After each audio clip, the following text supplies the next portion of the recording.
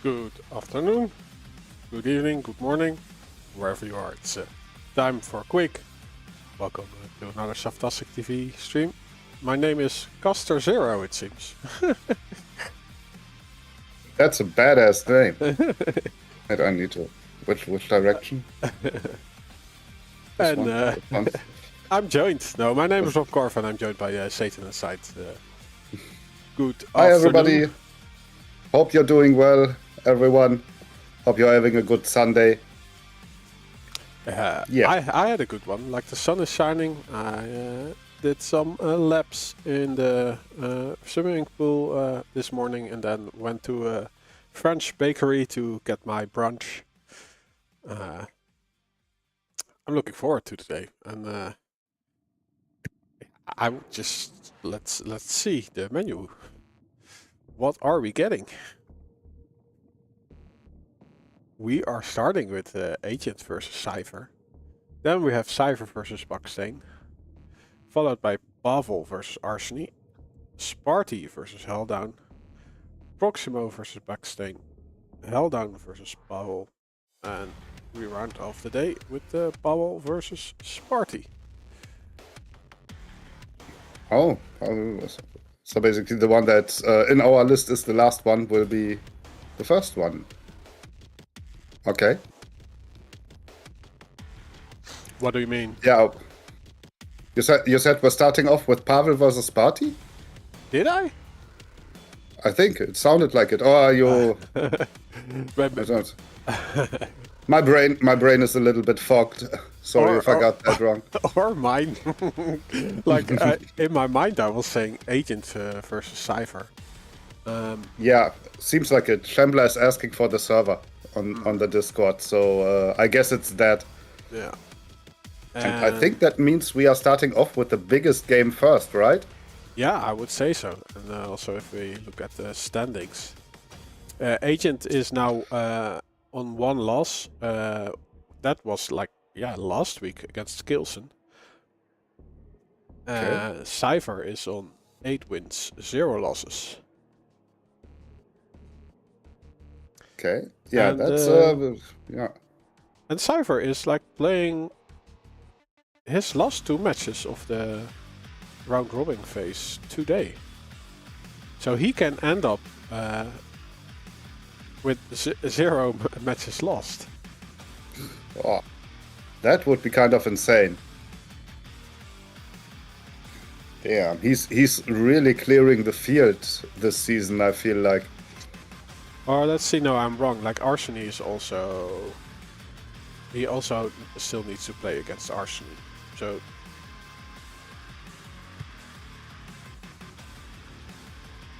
Yeah, indeed. So he can end up 10-0, but he still has to fight with Arseny.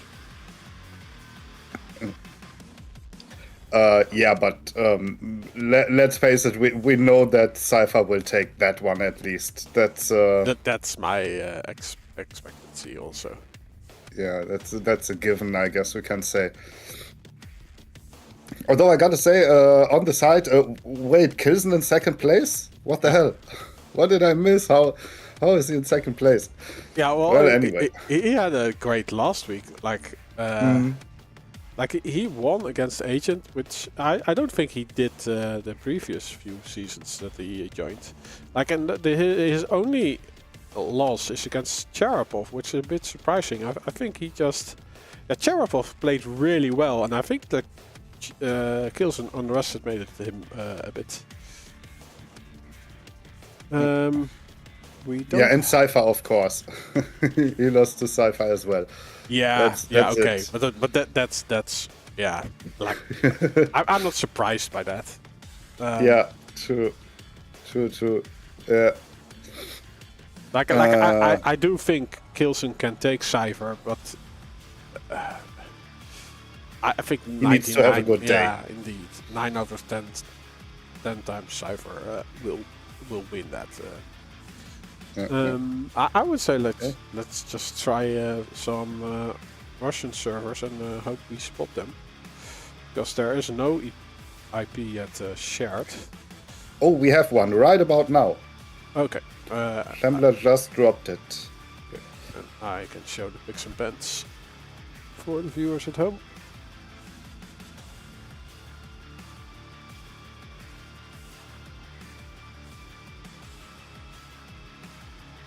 Okay, let's see.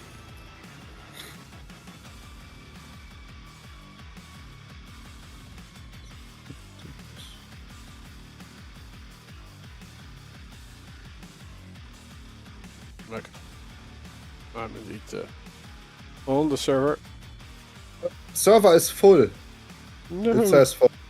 Ah.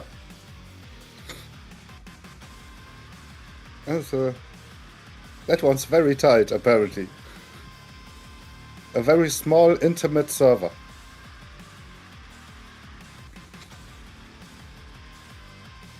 Or every possible Russian spec was like in the Matrix, going Agent Blank versus Cypher. Yeah, I'm asking if someone can leave.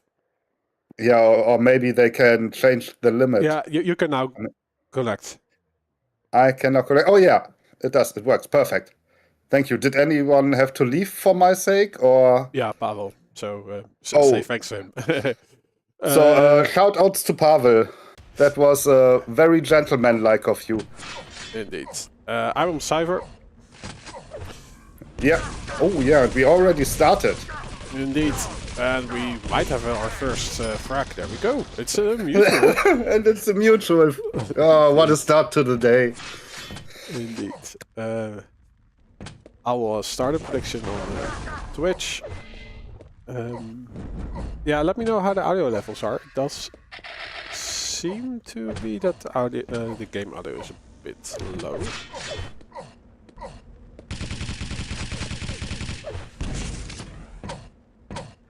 But it might also be fine.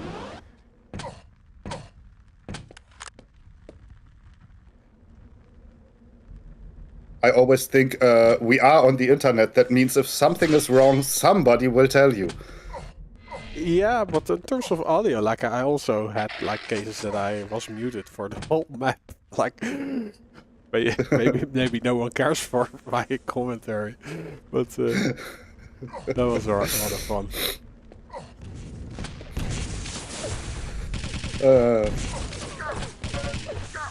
Okay, next meetup. Yeah, chef on chef. But nothing major happening. Okay, you were about to say something.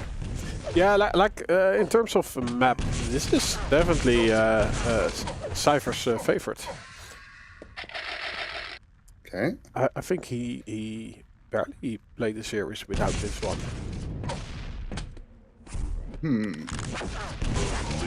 Quick check up. Yeah, it was Cypher's pick indeed, and yeah, I would assume Agent also kind of likes this map. I mean, he can do a very strong plus back, especially if he's in the lead and tries to conserve that. So, yeah, gonna be interesting. For now, he's just taking the lead. Yeah, predictions are live for 90 seconds or so. Yeah, it does seem that Agent has reign over the map. Nothing going to Cypher. Cypher does have a little bit of armor, probably from the shards.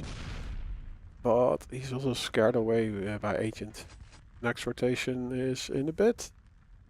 And Cypher looks to be on the other end of the map, yeah, conceding at least the two major items, but he might be playing for one of the lights. Yeah, he gets at least one. So like 100 is the, while Agent is like 400 combined almost. Yeah. Yeah. Now, waiting for that red. Ooh. So that's where Cypher was. True. A nice play. Like, unfortunately, he loses all of his armor, but I think it was worth it because, like, he might have an into the next red if he plays his card right. Yeah, I think the most important part was that he kept the Mega Health out of Agent's hands, and even if he didn't play for the red, he now has the options of both a yellow, so with a little bit of patience he can get into fighting shape again. But yeah, it works out just as you described. He effectively, stole both from Agent now. Yeah, which means Agent is now delegated to playing the yellows. But oh no, nice push from Cypher. He pushes Agent away from the red and even maybe that yellow. Yeah, like, ooh, Cypher goes a little bit too aggressive. Eats a lot of rockets, but there is an escape. Because Agent, yeah, he wants armor. Even gets his Mega Health. And he does the same move. He's a quick learner, apparently. So you can do that, I can do that as well. True. Is Cypher able to pressure this one? No, which also means that the red is switching player. Oh, but just 2 great exit rockets from Cypher. Great punishment on that red pickup. But yeah, like this map there, Agent just creates choke points. Or if Cypher wants to go for a frag, he will be hurting for it.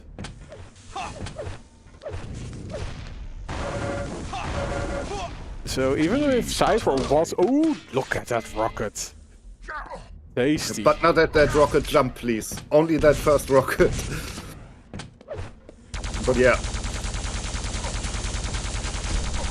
That was some good stuff. Coming up next, Mega. You could theoretically get from the Mega to the red if you're quick and don't leave it... but not too quick. But now Cypher decides that red can stay up for now.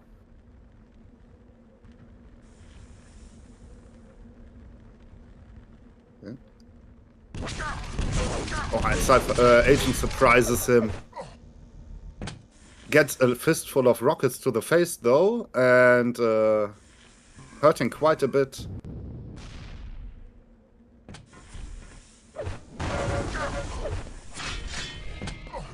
Ooh, good move.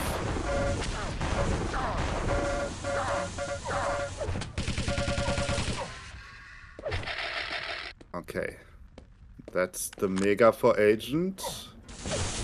Has a health advantage now, and Cypher can't really afford to go to that 50.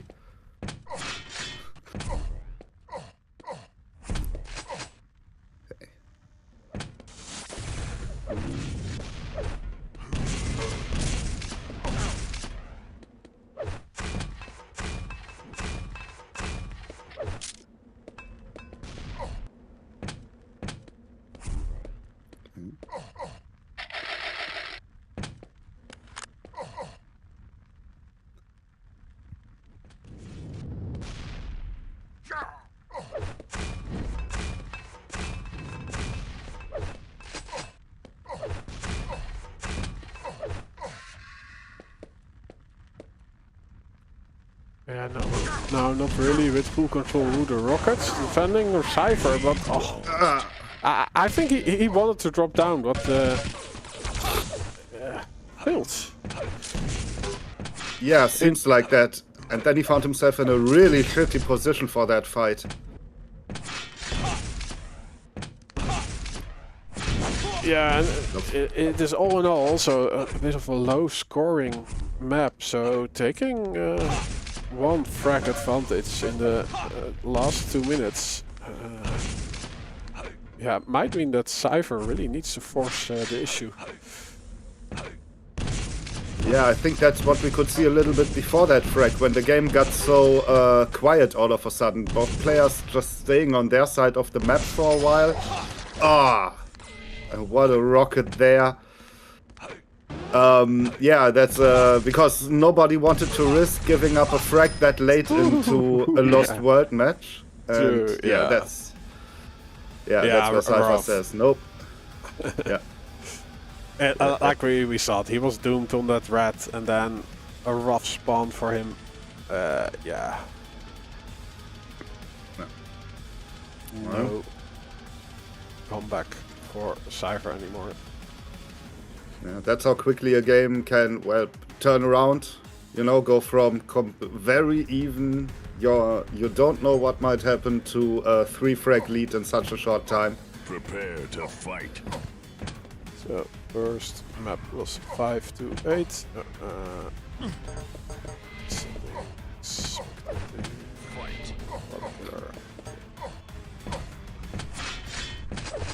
I'm on Cypher. Yeah, same. And I've been realizing over the whole last map what I've forgotten in preparations. I forgot my coughing syrup. Give me a second. Yo. So yeah, Agent then beating Cypher on his pick. Blood Run, of course, picked by Agent. So they are both picking their best map, but I also think like they are both really good on those two maps. So I could not predict who will win this one, but we do see Agent getting the first track of this series on the second map, Bloodborne, which is the best I'm back, free. and Agent has already a frag. Okay, yeah, that's quick, but yeah, he really likes this map, I think. So we're gonna see how this unfolds. For now, he seems to have a lot of control, like full stack. He can just waltz in wherever he wants. And Cypher can watch him pick up stuff from the third row or something. Tough call there.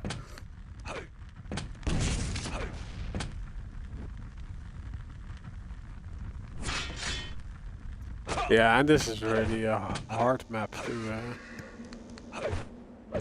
get back into control. Like there are a decent amount of yellows to oh, exactly 2. But it also makes your movement predictable. Oi. As well as the one that is in control, actually. So it is an interesting chess match. But yeah, you can pressure so much more with the stack that you get from the major items. Yeah. No stealing the mega health either, so Cypher giving up the second frag without much gain.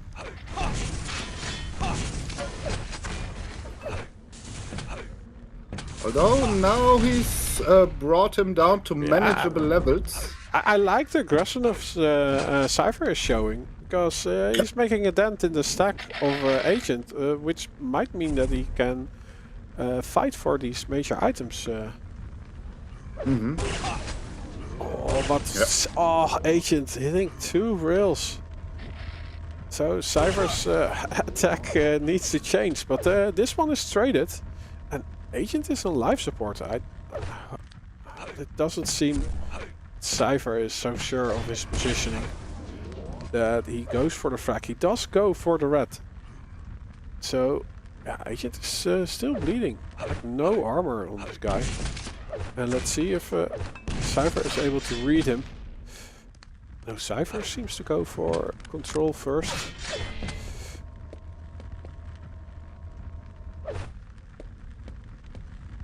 Yeah, that was one of the rare cases where you could actually see Agent, well, thinking like, where do I still have some resources left on this map? Usually he's when he's getting out of fights, even if he's hurt, he's healed back up within 5 seconds, 10 max. This time he was like, ah shit, I gotta wait for stuff to respawn. Oh, great entry damage. And Agent, yeah, he attempts to escape, not really making a stance with rockets. Like he could have just stand his ground and tried to do some rockets, because I think he would have died anyway. But this was quite a clean frag, and now there is another one followed up quite quickly. Well, Cypher isn't really weak. Like Agent in the last 2 frags, Agent didn't do enough damage to stop the momentum of Cypher at all. So Agent is now in the back seat, like Cypher was in the first 5 minutes. 5-minute warning.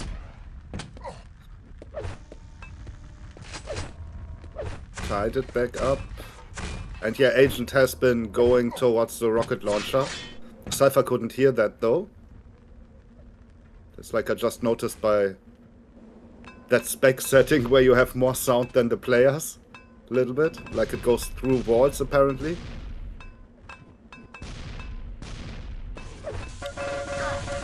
Great punishment.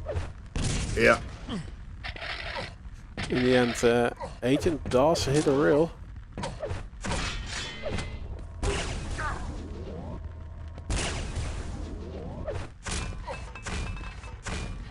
So I would say equal stacks right now.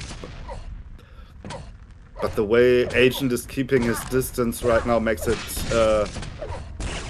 difficult for Cypher to actually, put in that additional aggression and take the lead. The drop down. Yeah, it does get Agent that yellow. Ooh, I almost thought that the Agent was going all in. Oh, he is going all in, pushing Cypher from the red. Oh, Cypher. Like, he can survive 1 rail, so I think he will take the gamble. It's also that Agent is not around. Agent probably playing for the Mega Half. Let's see. Where is Agent? Yes. He's waiting for the Mega Half. Ooh, just got it. No contest from Cypher this time.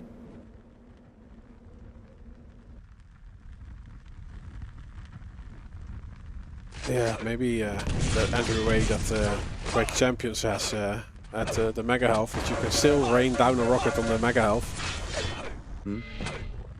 Would have been advantageous for Cypher.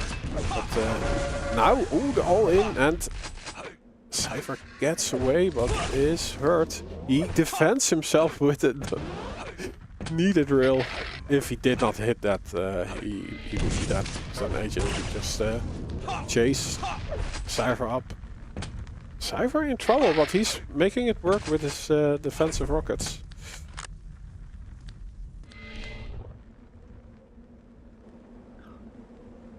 Hey, thanks for the subscription, Kilimil.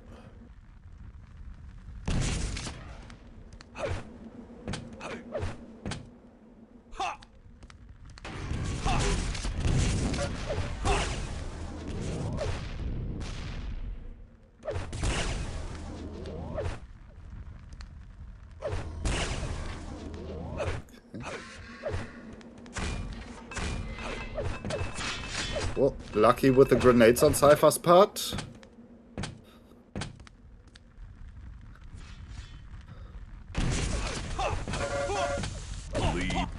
Ah, there it is.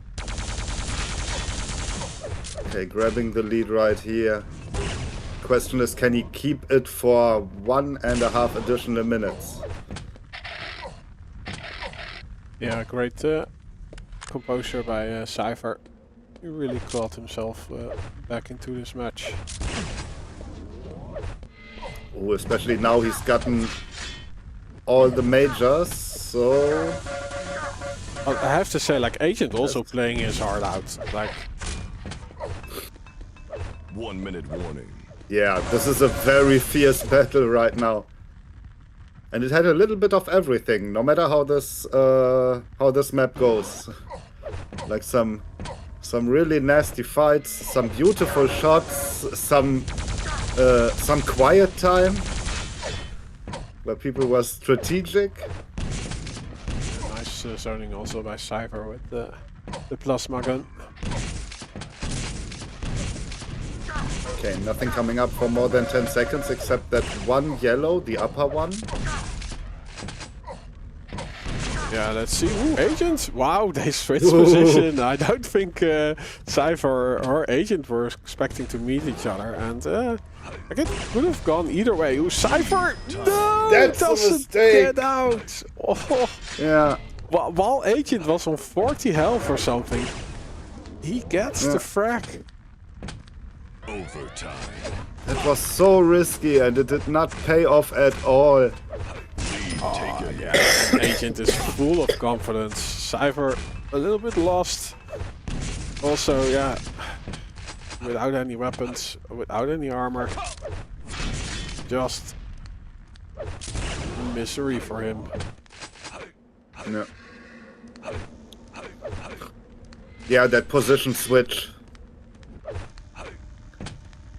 I mean, with so little time left on the clock, he could have tried to, basically press the back button, like stay with the mega health maybe, and try to get that one frag difference over the finish line. Well, did not work out. Oh, Cypher even forfeiting. Yeah. Like there was about a minute left to play for. But Cypher does not believe in it himself. Yeah, So, I think the thing is, Agent got everything, I think, in that cycle. So that's 2 frags in 1 minute against somebody who's basically fully stacked. True. So, yeah. It went a bit back and forth, and I was actually hoping for Cypher to win, so we get a third map between these great players. But yeah, Agent played this too. Well, I won't say to perfection, but like how the map went,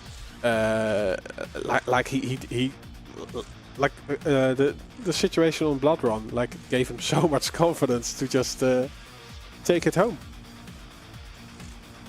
Yeah, that was those were some wild swings.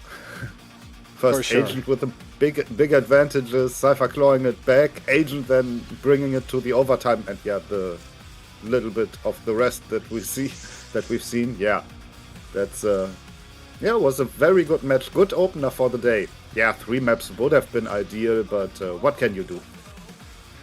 Indeed. Okay, so I assume next one should be Cypher versus Buckstain, I think. Let's see. True. Yeah. They are still doing their homework though. Mm-hmm. That's it. So I will update the overlay while they do their picks and bans. Mm-hmm.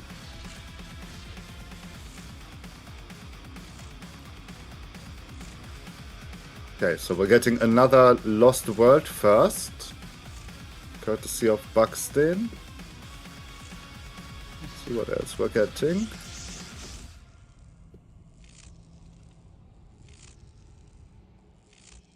Oh, apparently we are... I was like, okay, we've been waiting for Cypher's pick since 25 minutes, but that might be the case because he was playing. Just a hunch. I have to do laundry duty for a bit. Yeah, sure. I will be back in like 2 minutes. Okay, you do that. And if anything happens, I'll keep people entertained, hopefully.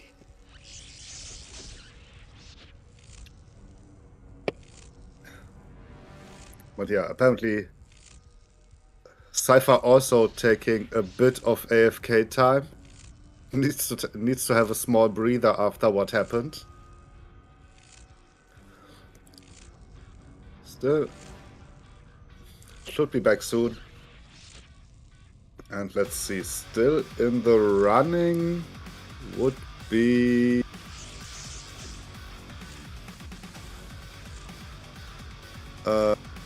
Blood Run, Furious Heights, and Sinister.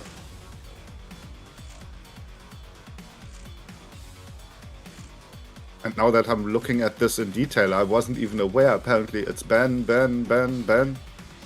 Okay, so the picks are happening at the end. Interesting, never really seen that.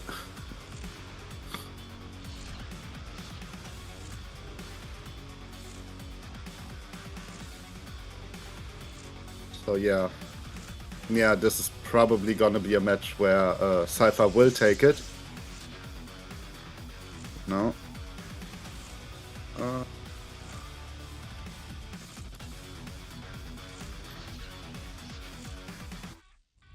So where do we have this? Buxton right now 8th place. Like barely, very barely in the field for the final rounds. So far only has one match out of 6. That was against Helldown. Anything else? Yeah, versus Arseny. He took 1 map and the rest, nothing in that case. And now playing against Cypher, that's tough. It's very, very tough.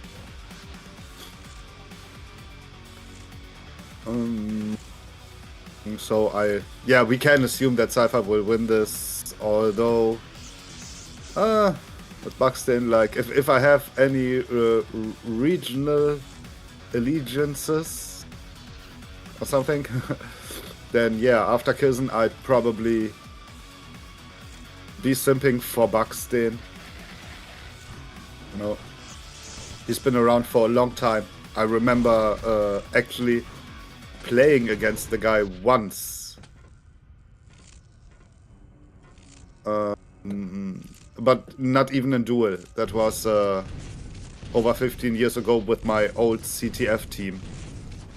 Like, the people we were doing scrims with were asking if they could bring him in to get enough players.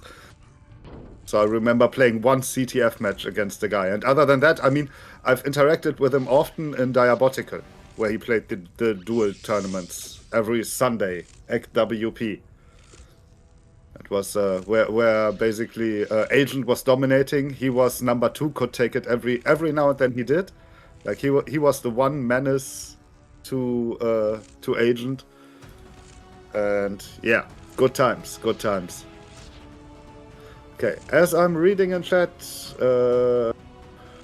Buxton not actively playing Quake Live that much. Only when he needs to play tournaments. Okay. Yeah, I don't know about his activity level, that's true.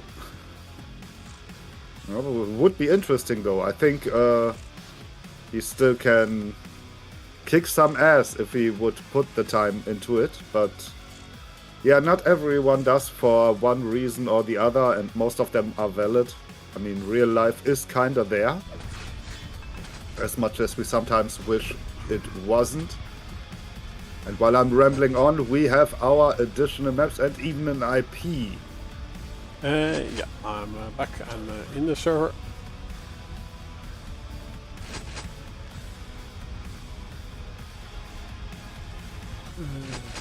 Okay, so laundry is taken care of. Yes. Good stuff. Good. Vote now. Vote passed.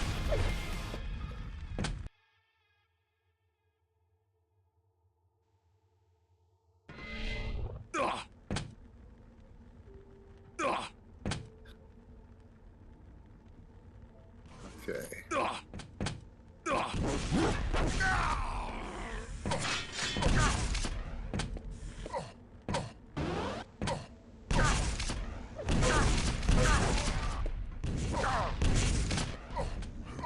Okay. Buxton asking if we are ready. Like, yeah. Shambler and you, I'm always ready. Especially when I don't have to deal with the technical side.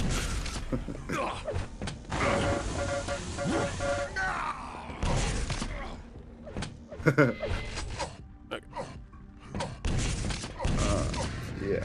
Yeah, I'm also looking for the. Like I think there was like a quad damage tournament announcement for Quake Champions, but I can't find it right now. Let's start on Buckstain. We have not 3, 2, seen him yet today. Okay. Yeah. Here we go. Okay. He's getting the rocket launcher for starters.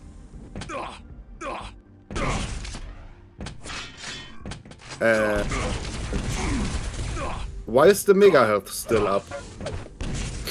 It's, apparently Cypher was aware, I assume, so that might have been a deliberate play.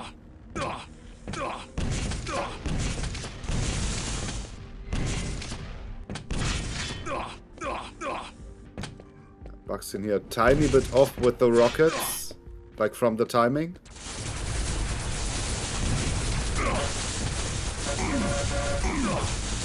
That's, especially with the rocket launcher, that's... Eats the first frag 50 seconds in. Yeah, especially with the rocket launcher, you can't shoot that teleporter exit on reaction.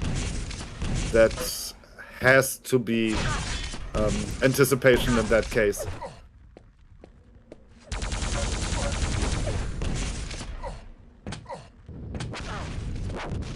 Ooh, Cypher 8 also rounding the corner, eating a direct rocket. Seems to be a story in this map.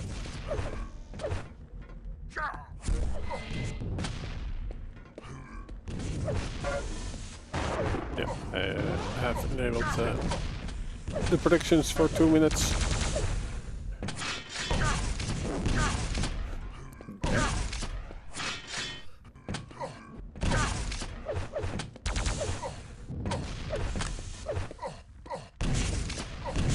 I think Cypher was planning to deny that second yellow armor, but he was like 5 seconds late for that. It was already gone. Yeah, so Buckstain, some armor to work with. Oh, but that rocket. Oh, that opens up a lot. But he doesn't dare to drop down to the red. Would have justified the move, I would say. Like when Cypher went to the mega health. So, fun fact, out of the 9 major items so far, Cypher got 8. He got all 5 red armors and 3 out of 4 mega healths. Damn. That's how much Buxton is basically allowing him to pick up everything.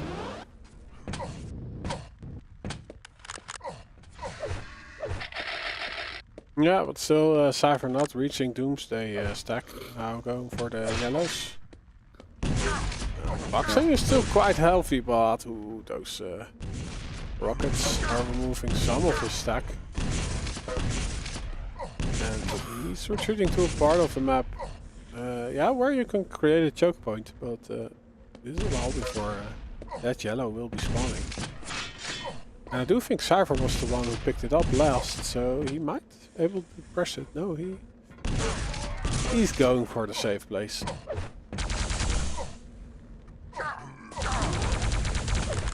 Because it's also like a really great tactic to just keep your opponent weak and you deny the whole map. In the end, yeah, that's true. That's true. That works especially well here.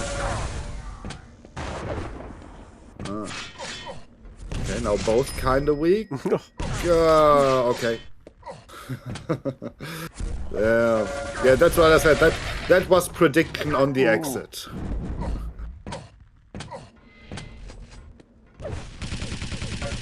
Buxtain riding the lightning to his death.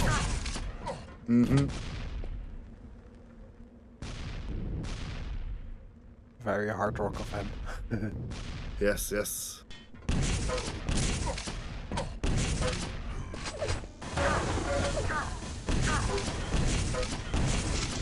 Aye, still rockets more or less on point, and wait a second, when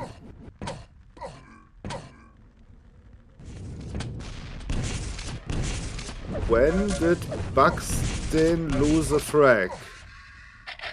The last frag. Oh, yeah, when Cypher uses LG, he. Oh yeah, he cratered. Okay. So yeah.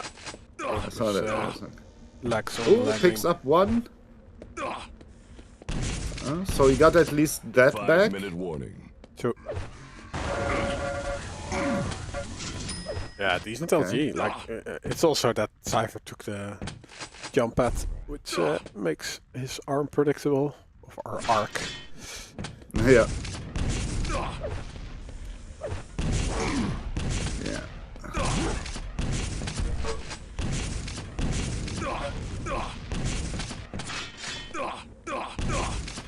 But now that's the thing. You would think that if Cypher could get 5 frags in the first 5 minutes, Buxton should be able to do the same in the second half of the game. But the fact that you can run away so well on this map, like hold down somewhere and just take the exit when your opponent arrives, this is gonna be really, really hard to do.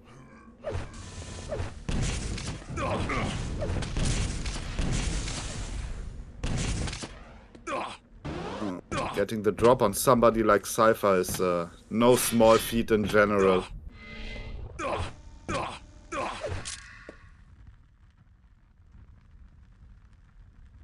he's trying to though, sneaking. Where is Cypher? Cypher is at mega health. So Cypher actually wants to take this. He does not get the mega. He was on the podium, but he decided against it. I mean, yeah, it was 7 also, seconds away. Yeah, it was a bit of a timing mistake. Yeah. I think he jumped down there, and the moment his feet touched the ground, he was like, wait, bad idea. Bad idea.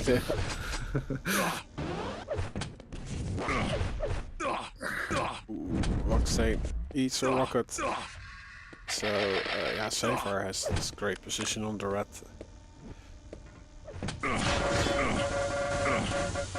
Oh, look at that! Buxton out-aiming Cypher.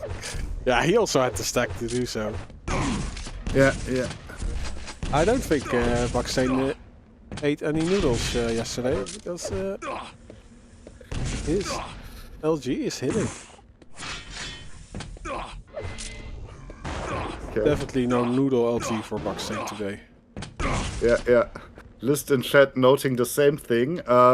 Just regarding the damage output, I think he was talking about Buxton's damage in the last few fights, because the overall is still Cypher being about 500 damage ahead. Yeah. Seeing on the whole thing. Yeah, and regarding the shaft, actually, Buxton's shaft not as strong as Cypher's. Again, over the whole match. It's 31% versus Cypher's 35%. But maybe it was a warm-up thing, and I think this is where we can seal the deal, I guess. Especially with that frag. That's it for this map, I guess. Unfortunately, that was a little bit of a comeback in the making until Cypher said nope. Not getting that.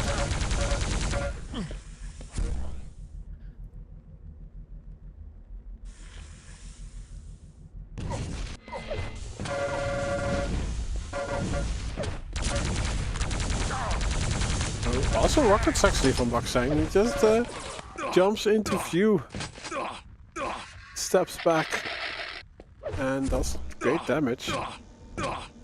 Then goes all in with the machine gun. So great recognition for the stack that Cypher was at. 1 minute warning. Yeah. Yeah, there's the forfeit. I think I would have done the same after that. Yeah. That's unfortunately after that fight he was left with 4 HP and a little bit more than 1 minute to go on this map. Yeah, that's an impossible task. But still very well played. Like He's been holding his own very, very good on this map. I mean, it was his pick after all. Now we're going to Furious Heights, and yeah, that could be Cypher playing to his strengths now. So we'll see how this goes. 3, 2, 1. Fight. Yes. Furious Heights.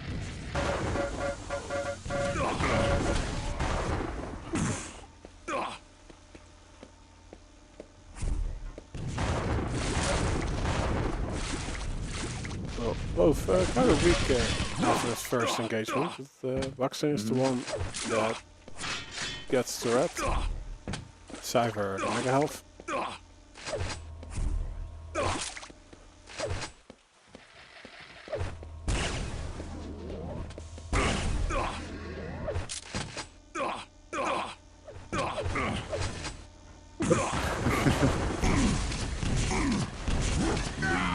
No, I think that was 0 rocket damage from Buxton.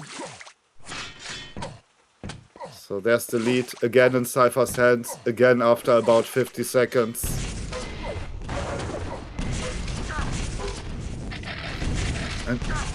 But at least this time Buxton can steal stuff. Keeping the item situation up until now completely even. Actually, yeah. Now has 1 more red armor, but at what price?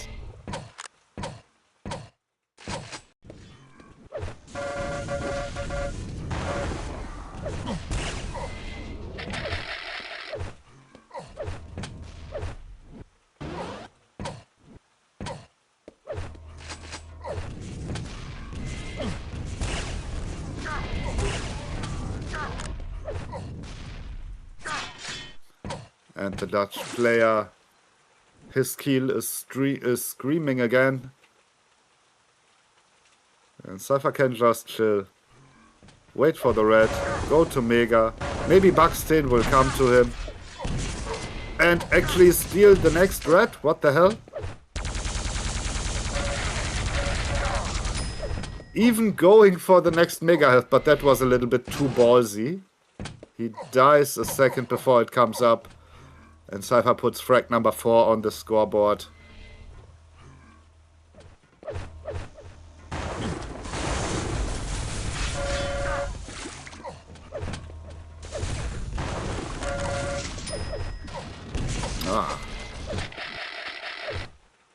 This is going pretty damn fast. Actually, I'm looking at the scoreboard right now. Cypher more than doubled Buxton's damage. 1500 to... well, now about 1600 to 800, very roughly. And Cypher starts picking up those major items. Another red on Buxton's side.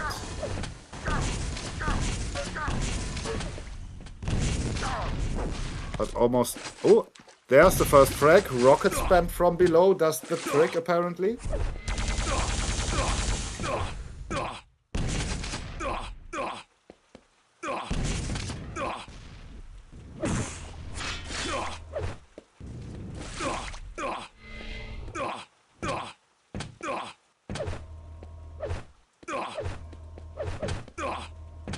That sounded like a rocket jump somewhere. Must be from the other player, because I didn't see Buxton. Oh, rocket jumping. Okay. No, it was Buxton. I meant, sorry, yeah, other player. I heard a sound that sounded like a rocket jump. And, but I was thinking, so why, where, how? What's the reason for this? There's other ways to get up there.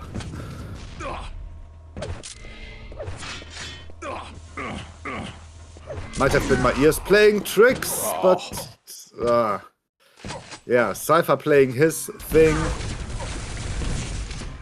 And he's back in the driver's seat. The rocket pop though. Buxton goes down yet again, but not without doing some massive damage. No major items coming up. Whoa, Cypher falls to death. Okay. Buxton not the healthiest though. Yeah. See, is Cypher attacking this red? Nope, he leaves him be. He does cover the exit. But Buckstain, does he already have a railgun? No, and he does fall down to the yellow, but of course that one is already picked up. Oh, he actually drops down. I don't think Cypher was really prepared for it, but yeah, like the movement to the back and then creating that choke point with plasma.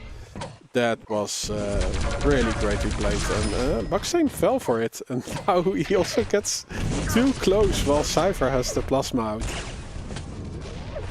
Does a ton of damage when you hit everything. Yeah. It does. Cypher was weak after that, but he could stack back so quickly. Leaves the mega health up for later use.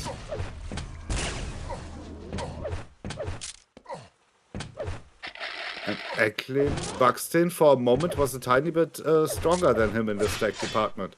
Both kinda hurting, of course.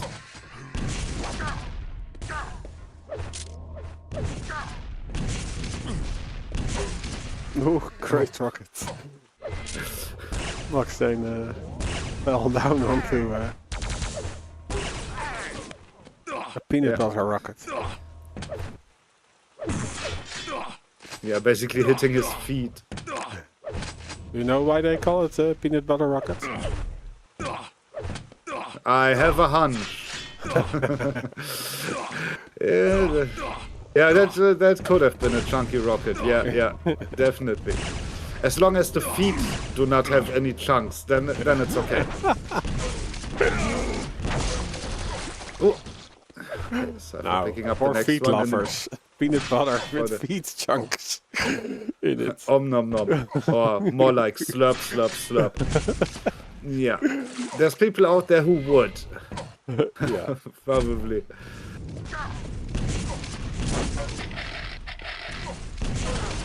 Oh, Buckstain again stealing something. Ah, that was a tight miss with the rocket. Like from my POV with a little bit of ping in there, it actually looked like that hit Cypher from his POV. But the game says, nope, this one goes through. And yeah, I'm pretty sure this is decided on a 9 frag difference.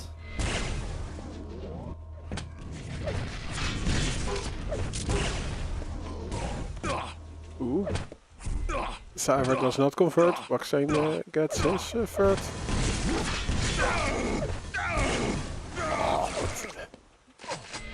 The fight. Oh, the red goes Cyphers. Wait.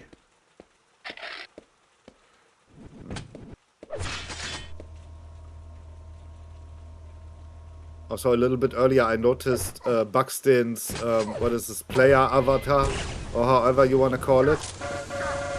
And like, it's a very good representation for his name, because the word Buckstain, like as a German, I wasn't 100% sure, but I think, but I always thought it's probably what I know as Backstein, which means brick. Yeah. And it's actually just a brick wall. This whole thing. So yeah, turns out after years and years I was right. Well, just a tiny Sarge face. I'm Dutch, so I knew all along that Buckstain is a brick where you like either you throw it through a window or you build houses with it. Yeah, that's indeed, and the literal translation would be baked stone. So yeah, which is also but I think 1 minute more. you can relate that to Dutch.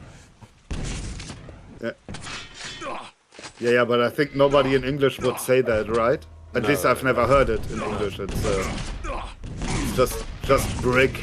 Like Backstein is that specific type of stone, if you will. Gexer, and if you have blue hair, you throw it into cups. Yes, it's tradition. But then again, most of the time people won't notice that you have blue hair because you will be wearing a black hoodie in most cases. Okay, and those two still fighting it out, which I like. No, no forfeit by Buxton. Bro is standing like a brick He used wall. the shotgun rail and got a shotgun for it. Yeah. Yeah, still. At least entertaining. Yes, for sure. They were brawling. Yeah, yeah. Need some of that too. Good old bar fight on Furious Heights.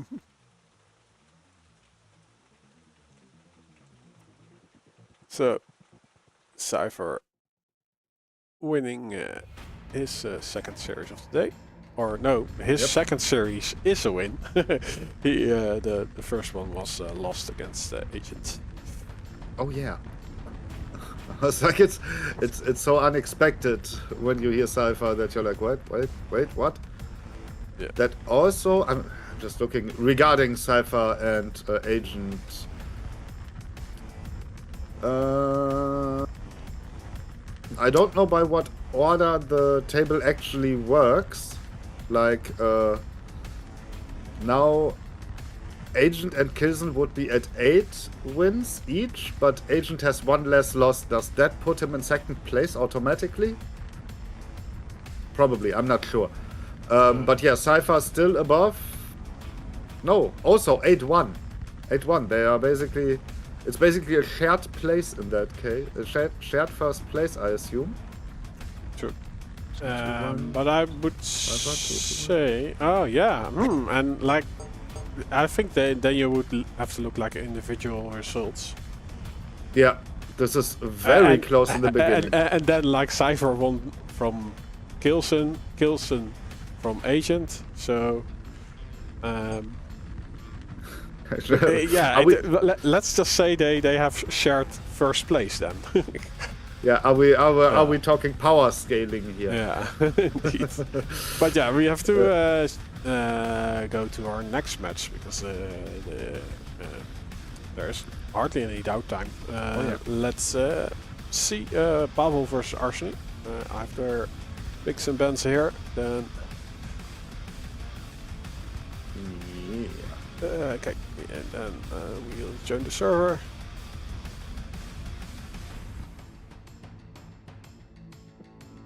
Yay. Yeah. Here we go. Some fresh faces for today.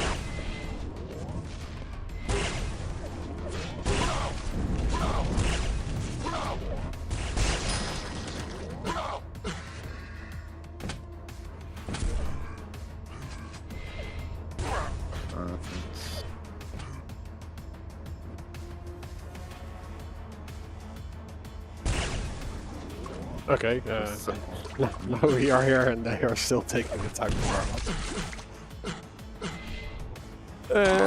Pavel versus Arseny. Yeah. Just again checking in the background. Yeah, Pavel 5th place so far. 4 wins, 2 losses. Arseny 11th place. Also 2 wins, but 7 losses. That's yeah. That's Pavel with a bit of an advantage, I think.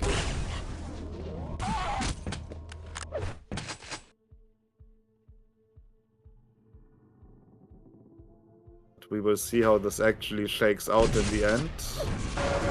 Yeah, and I would say like Arseny's duel game is improving hugely this and previous season actually. But Pavel is just the master in out of control play. And like if Arseny takes control, he definitely is able to hold it. So it's curious. It would be good for the matches Arseny takes control from the start. Then he certainly gets the first 2 or 3 frags before Pavel can do anything. Prepare to fight. Okay.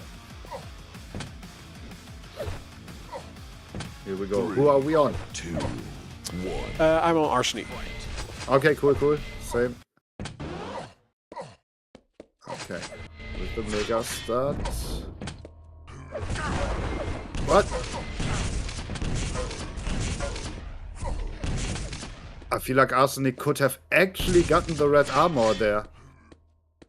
It was the timing could have worked out, but yeah, if he didn't drop down.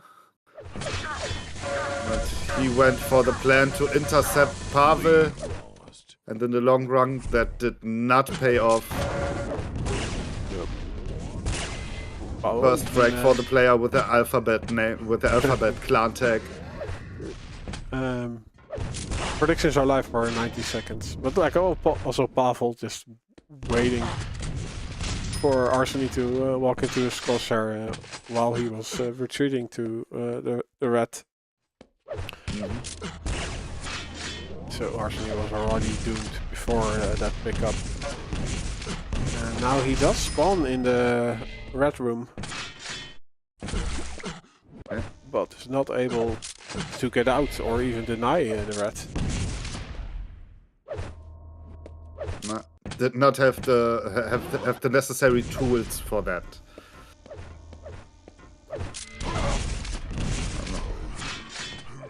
No weapons to do serious damage.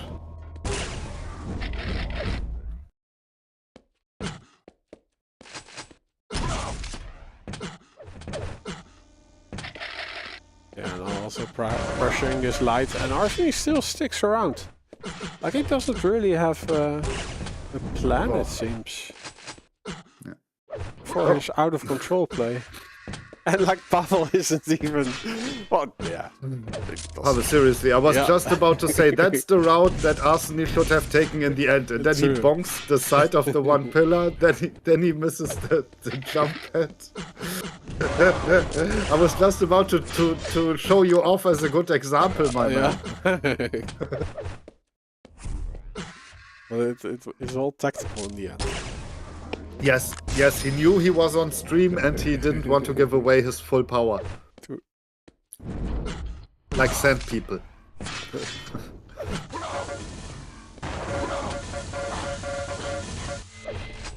Okay. Pavel kinda a little bit low. But it's just retreating. He did check for the armor again.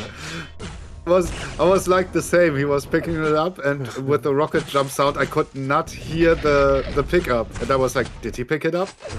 Was he a little bit too early? Then I looked at the timer. Ooh, good stuff.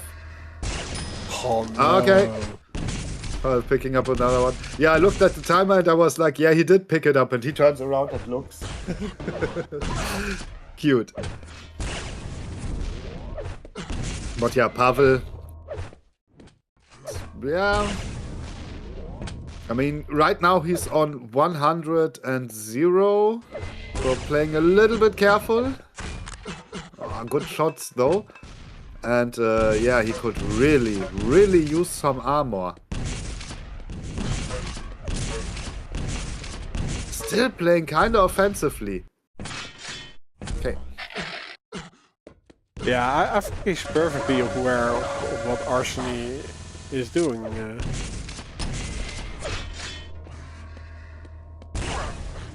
Ah, Arseny actually got out of that with like 1 HP. What the hell? Oh, and nothing is up.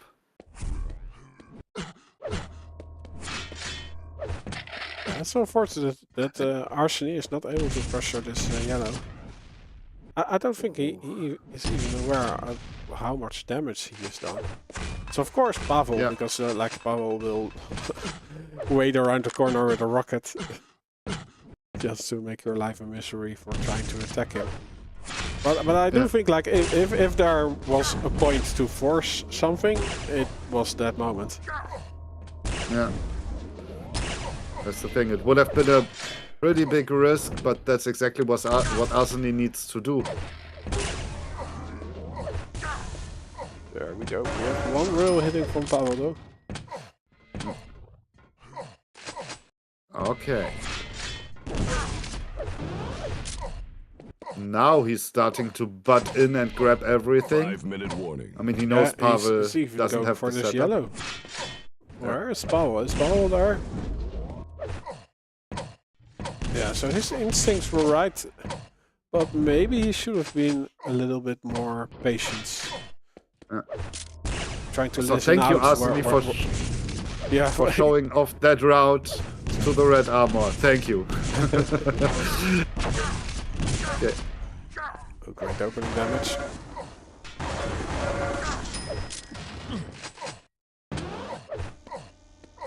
Okay. Ah! Unlucky fight. Very unlucky fight. And good rockets, though, from Pavel.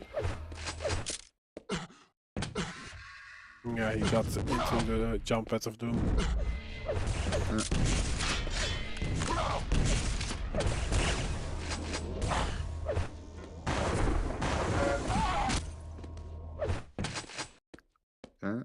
Arseny not out of the game yet.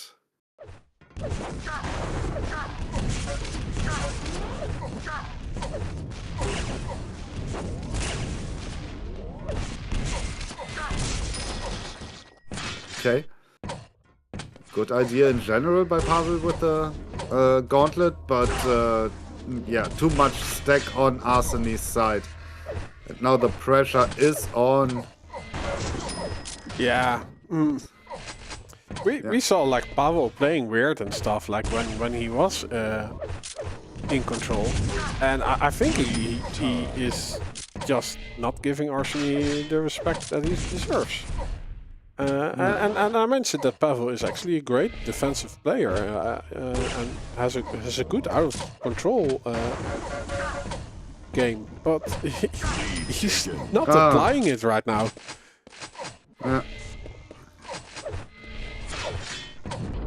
Damn. That turnaround escalated quickly. Yeah, because Arseny's mechanical skills is actually really good. It's just that his dual sense is lacking in comparison with the other players. But he has been grinding a lot, and yeah, if he grabs control, he's really a force to reckon with. Here's the thing. Despite this being 10-6 in Arseny's favor now, he's still behind in damage. He actually controlled the map better by quite a bit. Wow. Like, he got 11 out of 13 mega healths. And more red armors, which is 9-6. So actually, while Pavel was in the lead, Arseny was running the show in the background and just waited for the right moment to unleash his strategy. But that is also what you need to do when you're out of control, right? You need to do more damage to compensate, because your opponent will have automatically more stack. So it's nice to also see that in the statistics. That Arseny did his due diligence in terms of damage, at least. Yeah.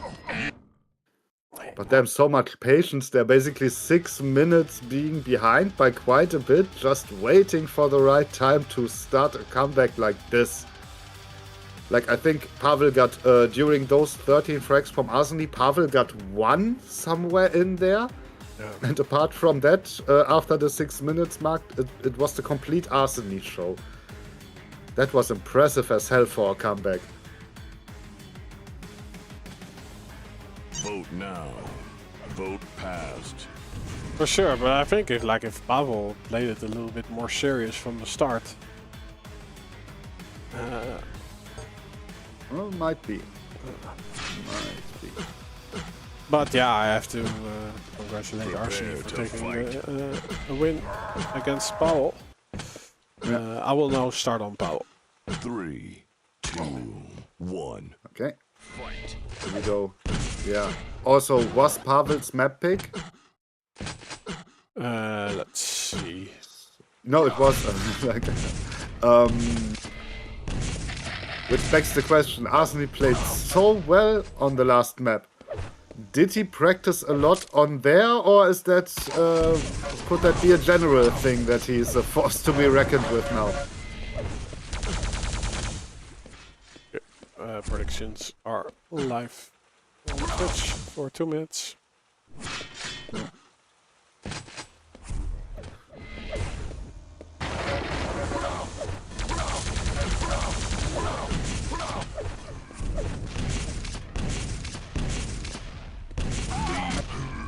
Oh, Arseny finds a pixel. And that is all he needs to get the frag. Oh, and that's that yellow armor was just denying it, nothing else. He picked it up when he had 197 already. It was not even leaving it for a rainy day. Yeah, Powell just completely lost where he needs to be when he plays his out of control game. Oh, I propose a new term, a new saying for when you pick up an item that you don't need just so that your opponent doesn't get it. I'd like to call this "you're doing a Microsoft" because that's what they did with all their IPs.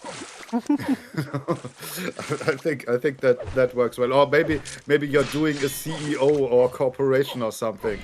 You know, it's my armor to take and do nothing with. Yeah. Also, Xertrex in chat, thank you very much for the feed pick. I'm not sure if we are if we get in trouble for violating community guidelines here. But yeah, Okay, I like that. I love that you're trying to make the Sunday better for probably most of our chat.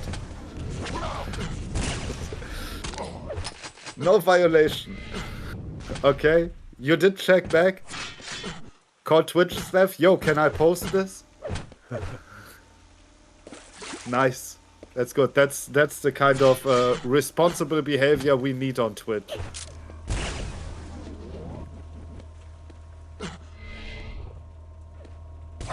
Yeah, we see Paul has clawed back, taking it a little bit more serious than Silence. And he's definitely making sure that yeah, like his perfect defense play, like not giving up angles, creating a choke point from every corner.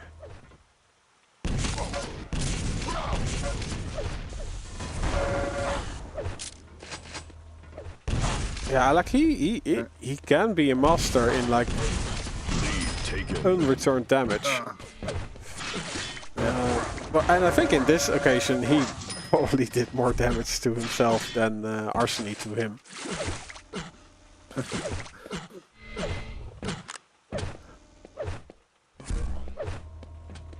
Okay, so oh, look at that!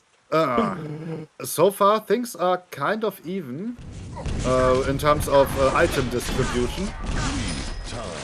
Oh, those rockets though, like also the previous rockets. Powell just got sucked into the damage. Like the first rocket hit and he was trying to dodge it, but I think because of his movement, like the pushback, the next rocket was also a full-on hit. And he just disappeared into pink mist. And then a quick conversion again from Arseny, but ooh no, Powell now with the aggressiveness. That's steal. Just pushing him away. I mean, he does go down ultimately, but just pushing him away with the rocket splash, and then immediately swoops in mine and leaves again. That was certainly a picture. But it does look a bit like Powell wants to return the rockets that he received from Arseny. Yeah.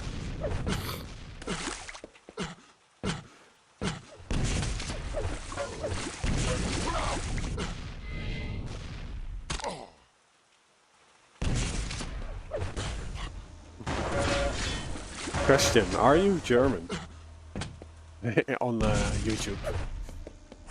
Yes. Is it that obvious? Get to the chopper. Get to the chopper. Yes. How many Everybody times get down. Yeah, how many times do you get asked to say those lines? So far, never. Oh, okay. No. Because What? Schwarzenegger isn't German, right? He's Austria. I think, yes. I think. But it's yeah. it is the same language, right? More or less. Almost. Almost. It's like, well, it's, let's say it this way. If I were to travel to the Netherlands, I would understand a tiny bit, but by far not everything. I'd understand a little bit more in Switzerland or in Austria, but still not everything by far. If somebody speaks fast, I'm out of the question. No chance. Yeah. Arseny left with 2 health after that fight. I'm surprised that he didn't crater to his death. And Arseny jumps right in. I think he wanted to go for the heavy, but he loses life for it. And then he goes to the predictable route to the mega health, which is the next item that is up. Of course Pavel will go to that one. So he jumps in without any weapons and a stack to do anything meaningful. So Arseny loses 1 life, then gives 2 away plus all the next rotation. Yeah. Basically, he's falling behind in that regard as well. Like this is something for the VOD review to learn from. What? Like, okay, like his aim is still there.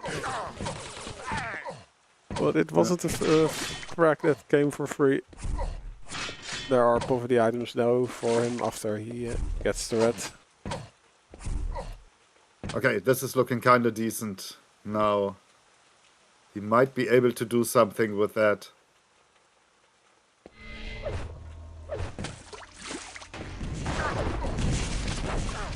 Yeah, Seba, technically it is, yes, absolutely, but still there's still it's a very heavy dialect. Yes, that's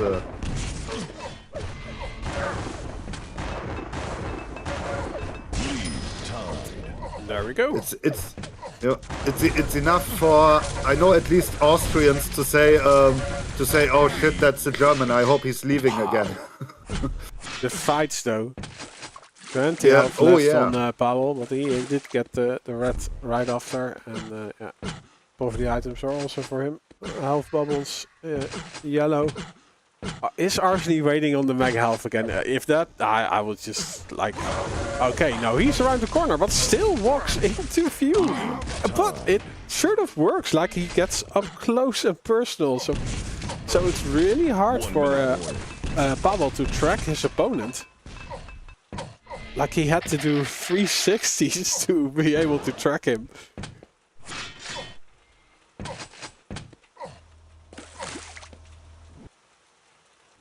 And we're back to a tie with only 40 minutes, 40 seconds left on the timer. Yeah, Arseny kind of baiting a move from Pavel.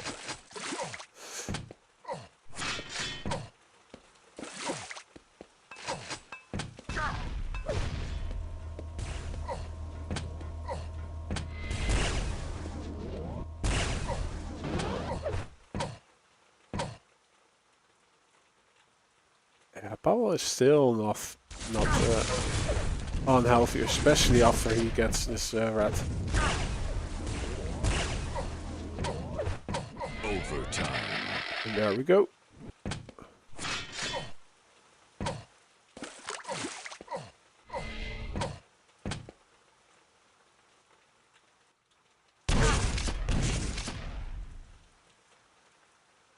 Nice sneaking from both players. Ooh, this that opening damage from Arseny was great. But Pavel defensive rockets are excellent as well.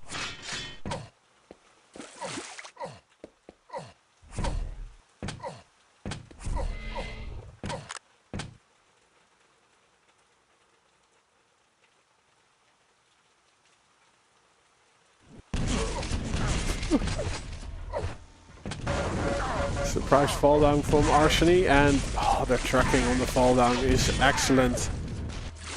Jumps onto the heavy, but does not find an escape in the end. 1 minute left on the overtime. Pavel is 1 frag in the lead. What Arseny did decent enough damage to get into a fight right after he collects his first weapon. And he's also getting the red uncontested. No, not really. The punishment from above, but he has a rill of his own from down below. The hurdy-furdy. And there we go. Arseny's mechanical skill paying out in another frag. 15 seconds left on this overtime. Oh, I was muted the whole time. Perfect. That happens. Yeah, I know. I was just about to say that was Arseny getting the before he got it tying frag. He had all the major items. Wow. Like off the spawn. Yeah, when Pavel got that 1 frag earlier, Arseny basically spawned by the mega health, and he got the red armor after that. And I feel like that's what decided the game. 11-10, couldn't have been any closer than that. GG's, Arseny actually winning against Pavel. Yeah, surprise. It's a tiny bit of an upset. Yeah, I would say so. But yeah, great place by Arseny. He will be happy with his results. Yeah. Pavel might be a little disappointed with that he... yeah, especially in the first map, he really did not take it seriously. It looked like even when he was in the lead, he was just, yeah, like his movement was bad. He was, how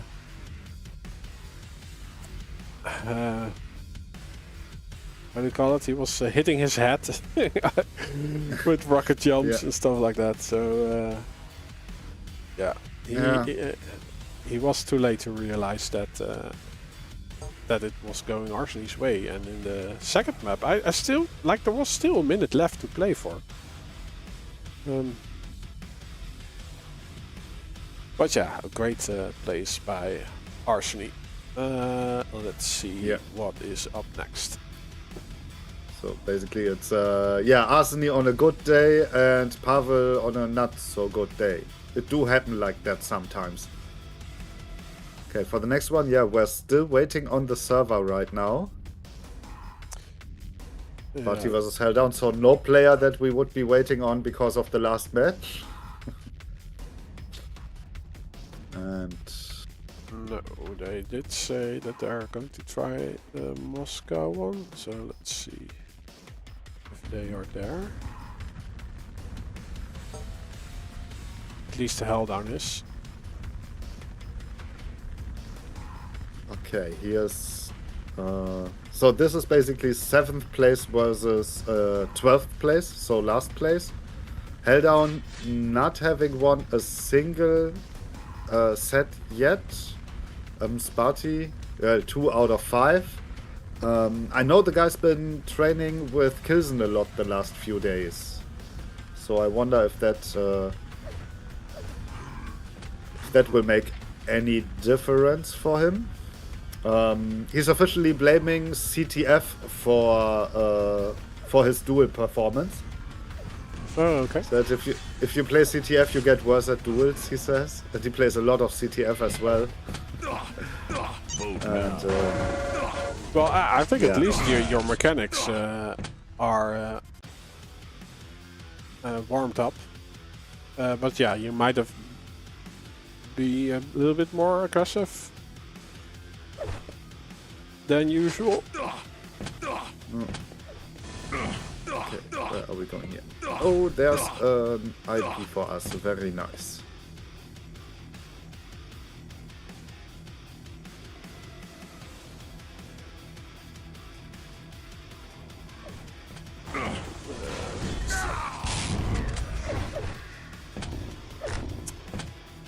Okay. But yeah, we'll start on Battleforged, which is a Helldown's pick. Sparty picks Furious Heights. If we go to tiebreaker, it will be Cure. Wait a second, did we have a single match today yet where Furious Heights was not the second map? I don't think so. No. Let's check the others. Last one was... Cypher Buxton was the same. No, Agent Cypher was Blood Run. Okay. Yeah. Okay, That's the only exception. Yeah, it's been so long ago, I forgot. But yeah, in terms of standing, like the first 8 will place themselves for the final. And if you and the first and second, they get to skip the whole first round. Ooh. So currently, Sparty and Buckstain are still qualifying for that one. For Helldown, it would be a tough feat. Yeah.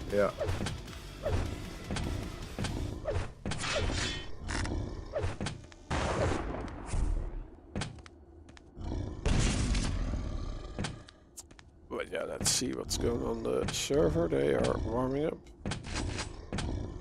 Is there any talk? No.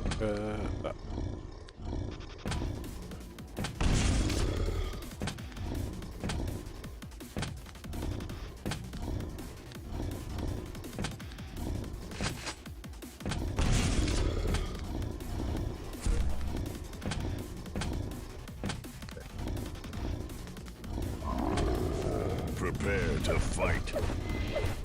Okay.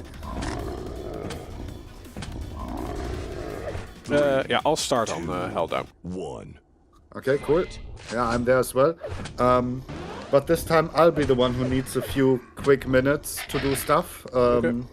But I'll try to be as fast as possible. BRB. See you in a bit. Let's see, so Helldown got the Mega Health spawn. Sparty the armor. See Helldown now hoping to get an angle on Sparty.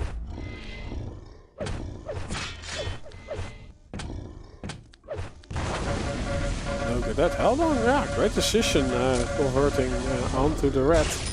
But the damage output from Sparty is actually huge. Sparty drops down though, and yeah, right that moment Helldown switches to real. And what I always say, like if you are in the air, your arc is quite predictable. Helldown hits his shots. And Sparty disappears. So first track, going to Helldown. And the next rotation is looking to go to him as well. So Sparty needs to do a ton of damage or to disappear on the map. He's taking a stance on the red successfully. I do think his damage was a bit lacking, so he doesn't appear at this yellow.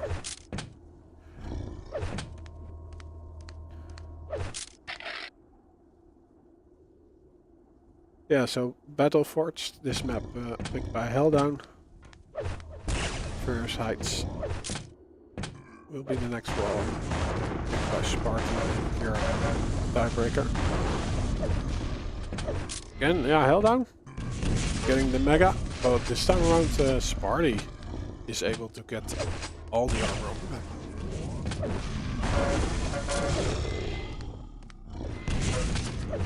Lead.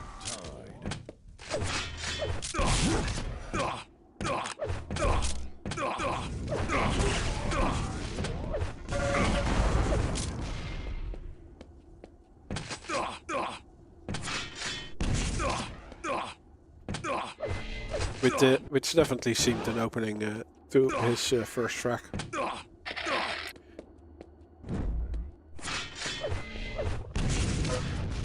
But Helldown is able to at least deny the red. He might not escape, but Sparty going for the real. He does hit one, at least the second also.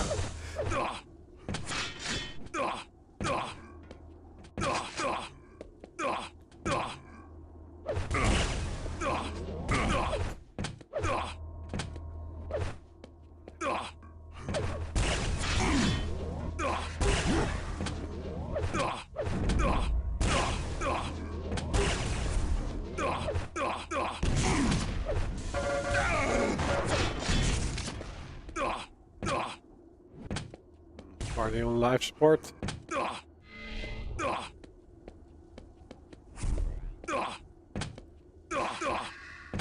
Will be out of the rotation.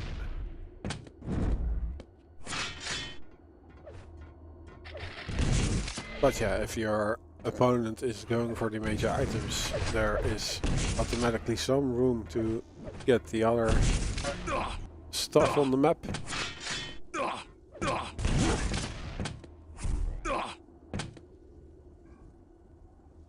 So a bit sneaking around.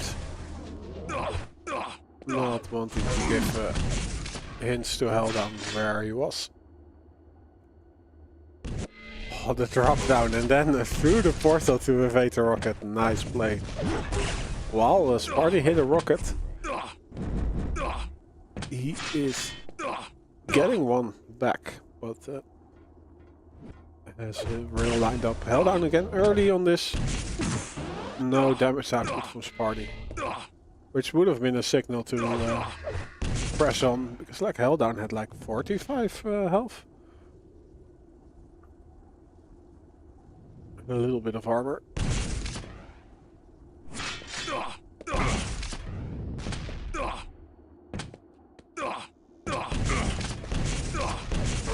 And there we go, he aggresses on, and rockets not hitting that well, but enough. 5-minute warning.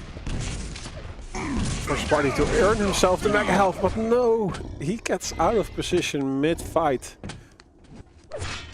Helldown with the LG gets consistent damage, while Sparty's rockets are not enough. Israel though, will never fill.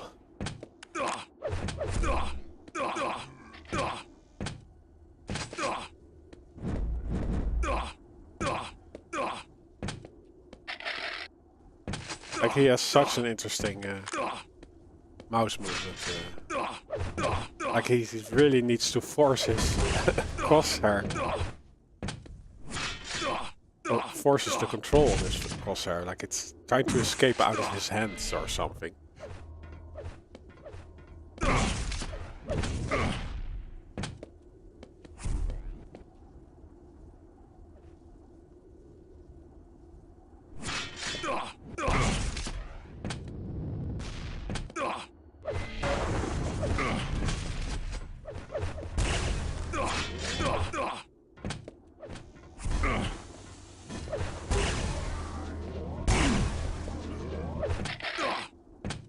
But Helldown also full of confidence, like he knows that his LG is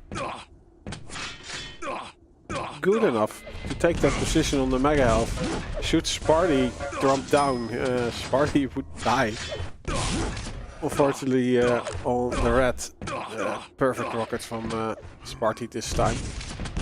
Pushing Helldown away from the item. Okay, I'm back just to see those two frags. Up until then it seemed to be a kind of close game. At least by frags. Yeah, it looks like Sparty is popping off. Too. I think, if you look at the control, it did look like Sparty was having a hard time breaking the control that Helldown was having. But he's now doing great in all departments, I would say.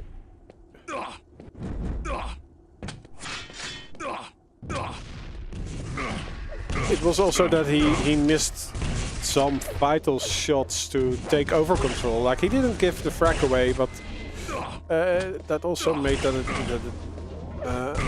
it took a little while longer for him to break into this map.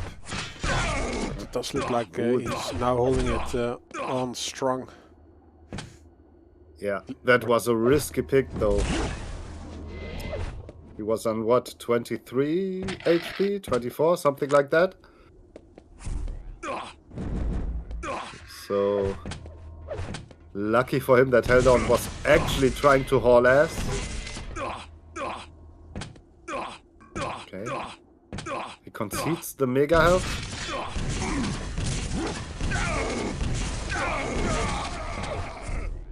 Okay. And Helldown back in action, kinda, but nothing major coming up for a while. And Sparty can now just, yeah, manage those 4 frags for the next 1.5 minutes, I guess. So I'd be surprised if Helldown makes it back from that. Oh, although with shots like that, who knows?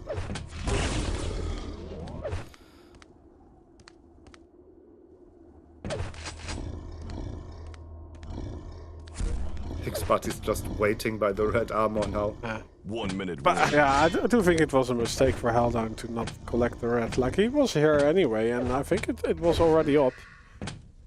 But he rocket jumped away from to pressure the Mega Health. He did get a frag out of it, but because he did not have any armor, Sparty could do a ton of damage. Which, yeah, opened any follow-up potential, or stopped any follow-up potential for Helldown. In the end, he does get another one, but it took 30 seconds or more.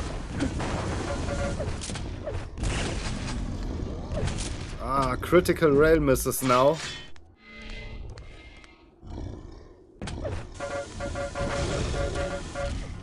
Yeah, that's it. That's it. Helldown had to go for that to even reserve the slightest chance to get another frag. Yeah, GG. Pretty decent game though. Yeah, Sparty with way more control, maybe, although. Got a few more reds, but way less mega healths actually. Damage very close between both players, but Sparty with way more accuracy. Interesting. Yeah, would you look at that? We are going to Ferris Heights. Ooh, who would have thought? What a surprise. Yeah. And my tumble dryer needs some attention from me, so as soon as they start the map, I have to push some buttons on it. And on the way to it, I'll also grab some cool refreshments. Yeah. Vote failed. What? Vote now. Vote passed. What?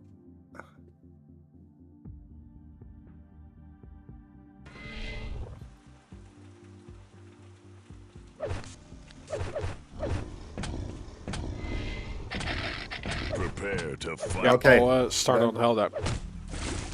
Okay, good luck with your dryer. Thanks. 3, 2, 1. Okay, let's see. Helldown gets the red armor. Starters. Mega health obviously to Sparty. And I think Helldown just caught a small glimpse of Sparty there. But yeah, Sparty got both yellows. That's the big divider right now. That one rocket crate thinks though. Made it a level playing field. Sparty hitting his rails is big though. So first frag goes to him. Second one as well, right off the spawn. And Helldown can steal the mega health and get away alive.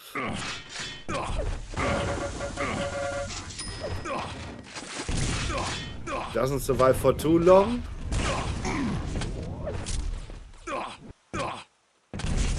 Sparty not immediately following up.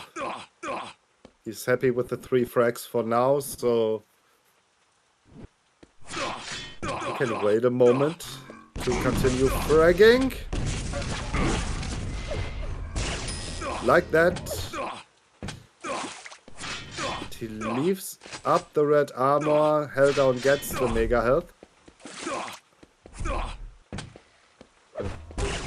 But he only gets a few shots and not much else. I mean, he does get railed. Shot down.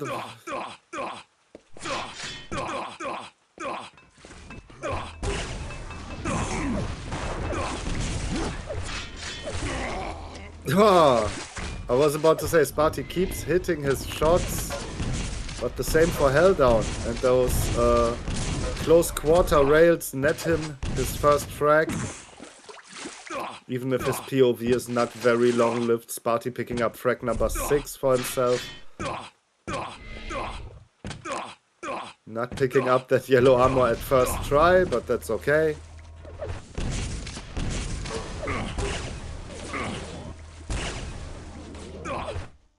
But yeah, Helldown getting the items so that he does have a decent stack. But this time it's Sparty hitting rail after rail.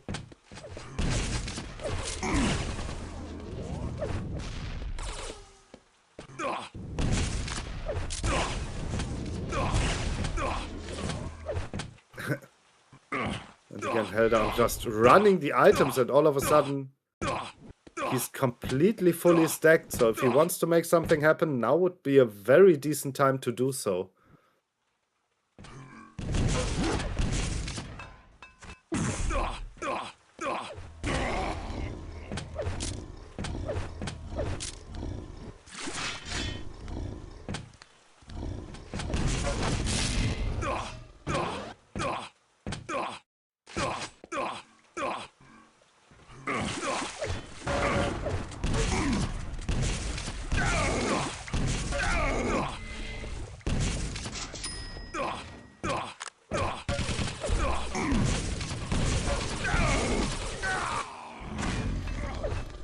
Helldown with frag number 3. Still 6 to make up, but Sparty will... Ooh, nice rocket jump to get out of that situation. Sparty will, of course, not be idle during that time. Instead, he's hitting some nice damage. And Helldown is out of rockets. So that's what you don't really want. Sparty also right now, no rockets to his name. Yeah, picking up a pack of 5.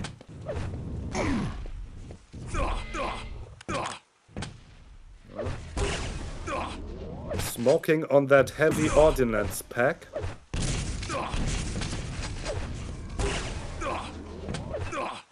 Punishing the mega pickup before it even happened.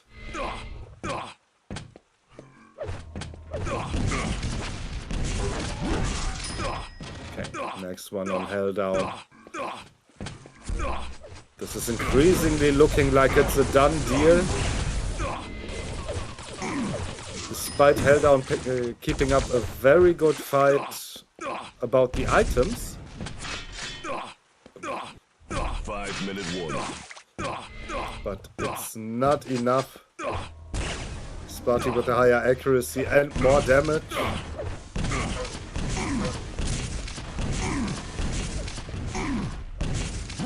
I cannot hit the rockets though. Ooh, nice little flick there. Next one does not hit. Helldown was left kind of weak until he could pick up some additional stuff. A bit more health would be nice, I assume. Yeah. And still 4.5 minutes to play for. Now takes control. At least from the major items. Sparty's a little bit in trouble, but no, Helldown. It wasn't a clean fight at all. So Sparty delayed Helldown enough, so he spawns at the red, which is up for grabs. So no full rotation for Helldown.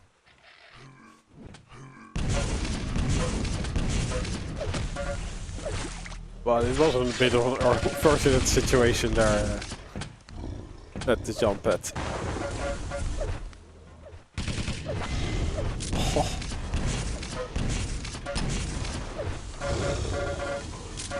Nope, Sparty cannot reach the mega health. Gets pushed back by the shaft.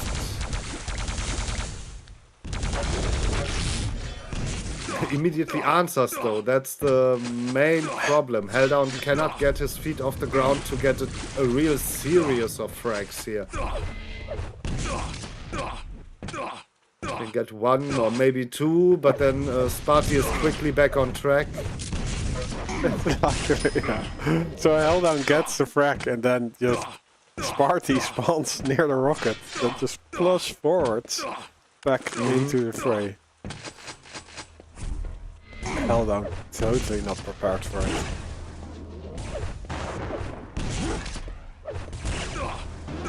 A little bit of hope he had disappears. Yeah. Yeah, that should be it. 9 frags on 3.5 minutes. I would be cautious about that even if it was Cypher or Agent.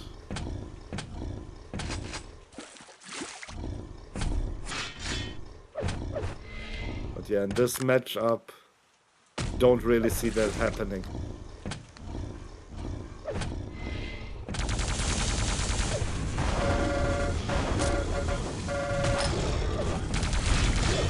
Now I'm ready for a Sunday miracle. Yeah, those are the hype moments. But yeah, just as you say that, Sparty says you won't get a miracle with me. Not gonna happen.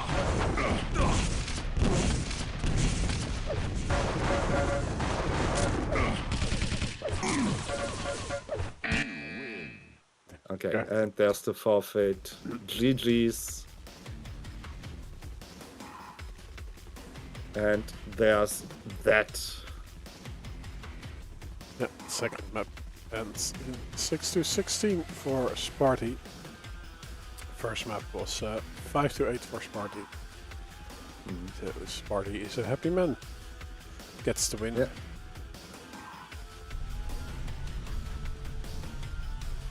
And let's see what the next match will be.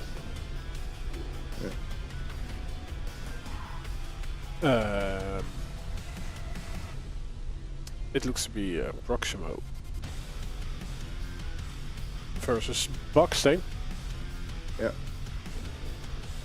This one could be interesting. That's 2 players who are very close to each other. 8th place versus 9th place.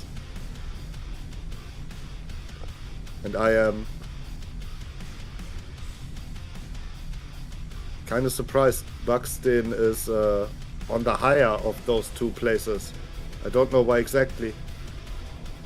Yes, I mean, he hasn't had as many games so far, but Proximo has won 2 times, Buckstain 1 time. Yeah.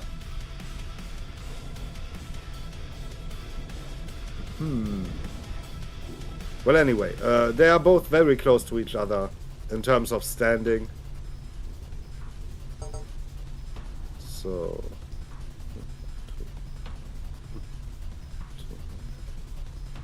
yeah, well, it's about a win-loss ratio, so Buckstain is just a little bit higher. Is it? No, not really. No. No. I have to grab my calculator, like, just to be sure. But no, I think, like, yeah.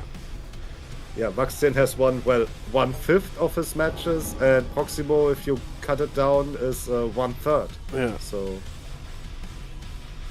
maybe the computer thinks 3 is less than 5. So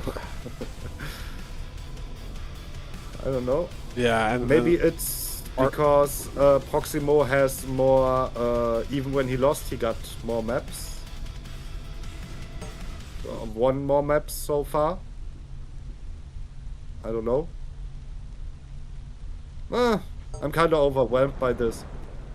This is programming. It's dark magic. I can't comment on this. You just ask AI what the right thing to do is. You asked Agent to do it for you. Yeah. But yeah, we don't have a server yet.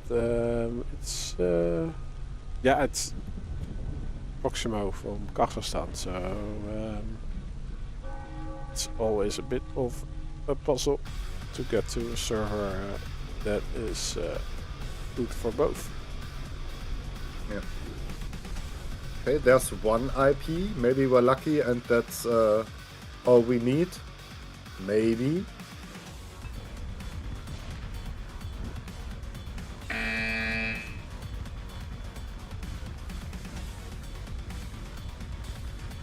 Let's see. Buxton just played a little bit of a training match against Gecko. A short one, judging by the number of items and damage and stuff.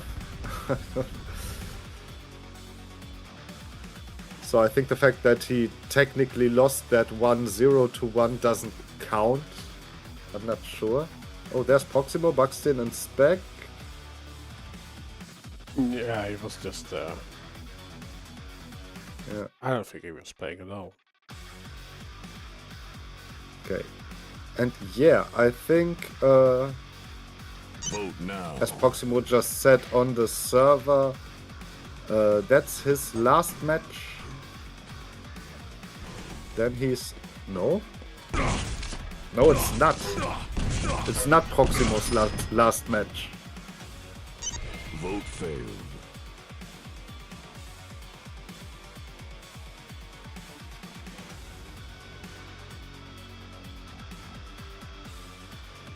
No, he was has still a lot to go. Yeah, he still has Sherepov and Sparty. So basically his last 3 matches, this one included, is versus the 3 people who are directly above him on the leaderboards. Huh. Okay. No. It seems that we are switching server. Yes.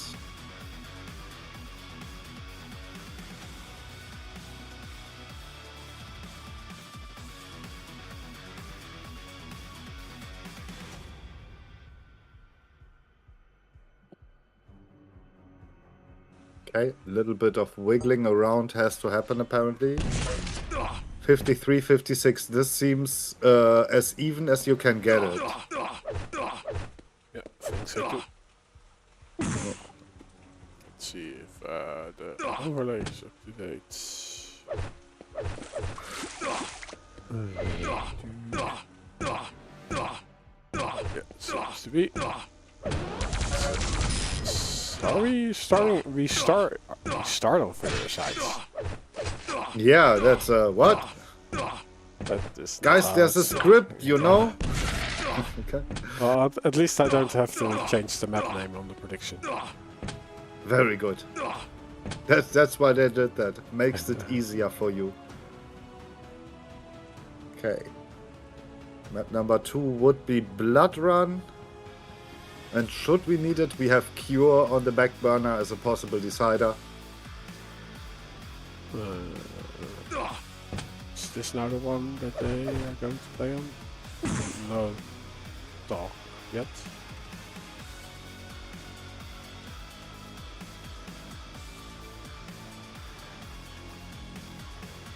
Doesn't seem to be the case. I mean, the pings will always be high between those two, I think. You said Proximo was from Kazakhstan? That's quite a bit of distance for the signal to travel. So wherever they will go, they can't get closer than this, I think.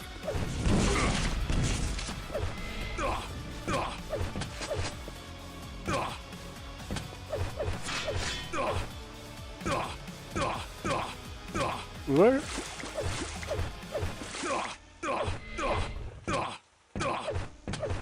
Hey, Shubfus, this is live.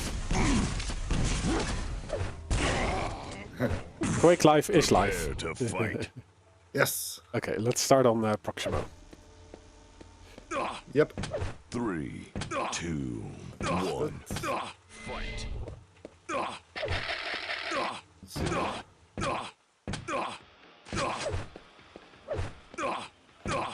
So Proximo with the Mega Health spawn, Buckstain with the rat. Quick peek. Quick peek for one rail. Proximo without the real gun. Does have an LG. What? Oh, look at that. Buckstain had his crosshair placement repaired. Oh, the rocket jump away from Proximo. Much needed, because I think like then he would just be locked up, and there are still mega health for Buckstain to fall back on. So, great decision by him. He's still not out of it. Oh, he drops down. Is he trying to deny the red? Yeah, he did deny the red before dying. So, I think that's like, oh, at least he got something out of it. But Buckstain is still way too healthy to do an actual follow-up. At least one with the intent of fragging him. That would not work out. Yeah, but if he now creates a choke point, Buckstain just moves through. Proximo not really taking a stance on the exit to that area. And maybe mistakenly so.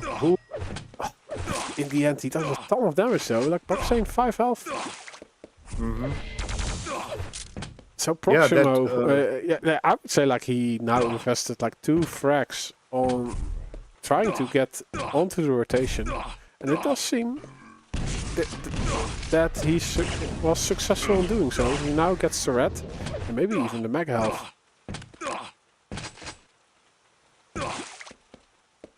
Yeah. So that was the plan all along of just forcing himself onto Buckstain. Yeah.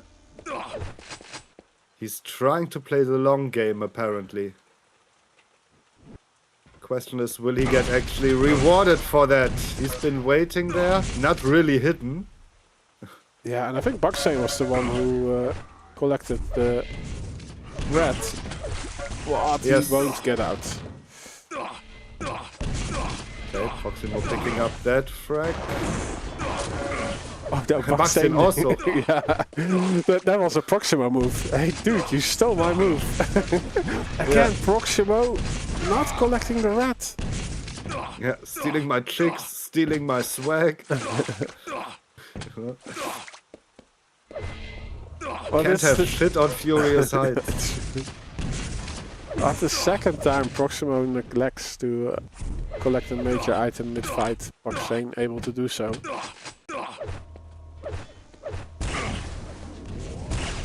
So, like, all the work from Proximo is now basically undone. Back to the drawing board.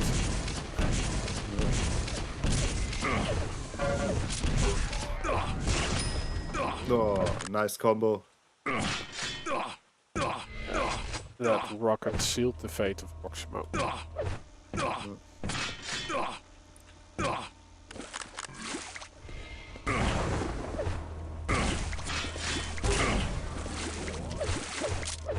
Buckstain actually waiting for the, well, perfect angle, as perfect as you can get from there.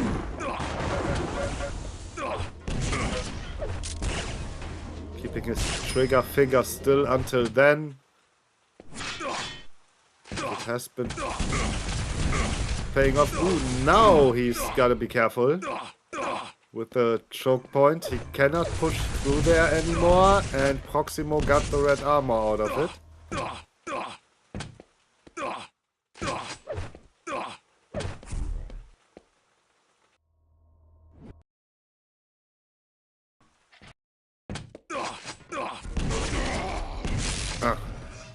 Nice try, but Proximo just shoves a rocket into his face.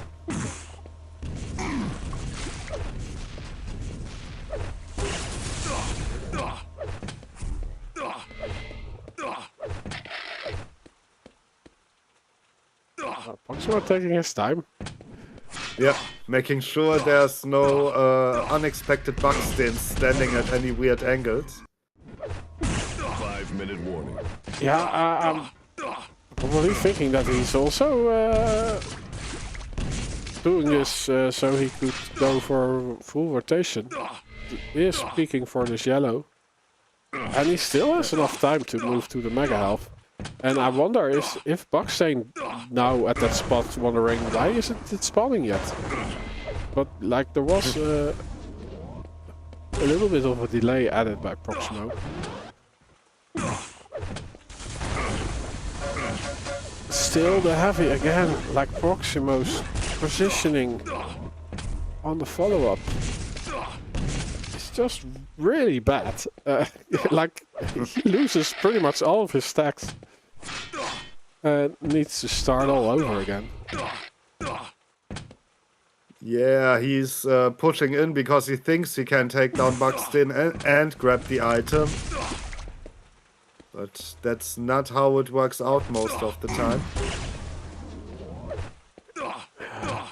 So is this a bad play from Proximo, or is this just really good from Buckstain? Because it does look like Proximo has the plan to do these plays, but the execution is not there. Yeah, I think that's the main point. Yeah. It also looks like he's just a little bit too slow in those moments, or maybe too careful. No, I think careful is not the problem. I mean, he's pushing in a lot when he doesn't really, well, need to. I know he wants those frags and quickly. But at that point there was still, what, more than 4 minutes left? Almost 5, I think. Ooh, great rockets this time, and Proximo is able to collect. But is he also converting? Yes. Yeah. There we go, and he still has 3 minutes to do work. It is a big map, so it will be difficult, but it is possible.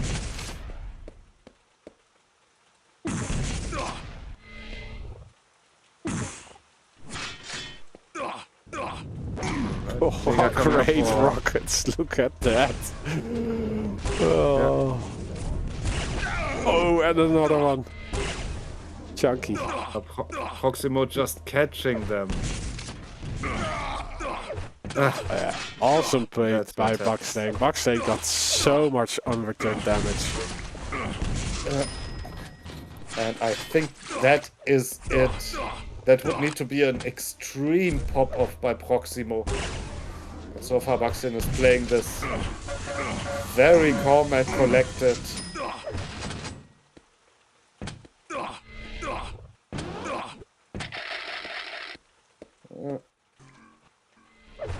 Dandyism in play.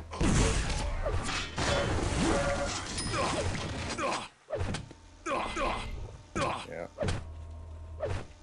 And now, even if he gives up 1 or 2 of those frags, he should able to secure this over the finish line without too much trouble.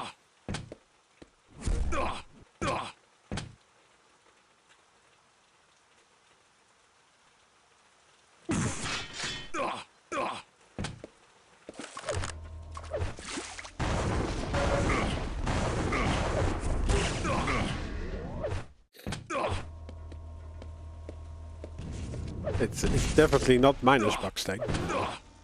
No, no, absolutely not. There's a lot of plus going on. 1 minute warning.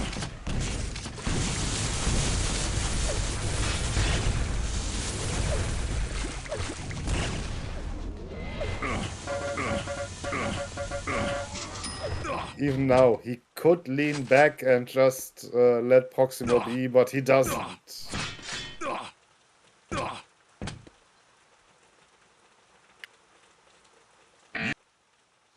There we go. G. Yep.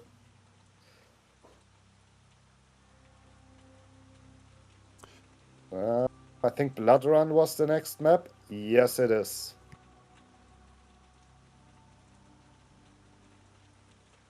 Yes. Let's see, 2 to 12 on Furious Heights.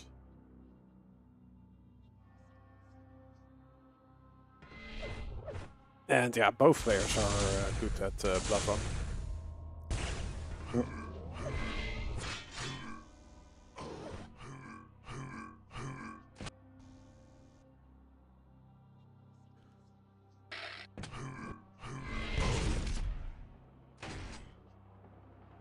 Vote now. Vote passed. But yeah, we saw Proximo definitely trying to play the player. Messing up the timings a bit, having a delay. But then was not quick enough to get into the right position. Because Buckstain was already there creating choke points. This is a bit of a different map, not a lot of open areas. So I wonder if that makes it different between the two players. Yeah, I think whoever is able to carve up a little bit more control, even a few frags in the beginning,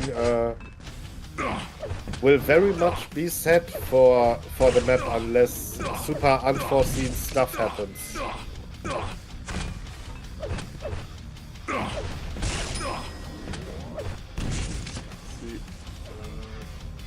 Proximo looks to be AFK for a bit. Prepare to fight. Okay, there he is. Yes. Well, I will follow Proximo for this. 3, 2, 1. Fight. And I will stop the predictions at the 2-minute mark.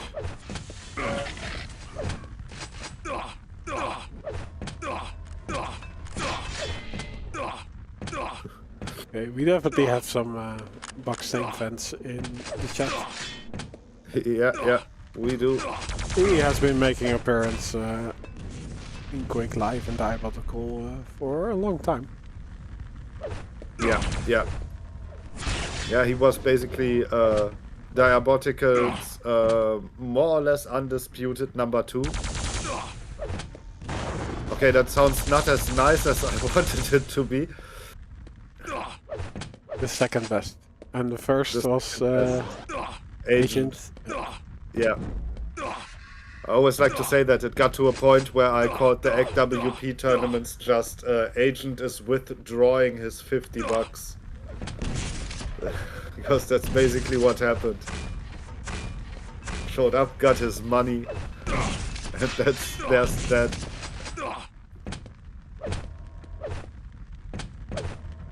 Okay. Tiny bit of a slow start. There's the first serious matchup, and Proximo wins it. And his reward shall be the mega health.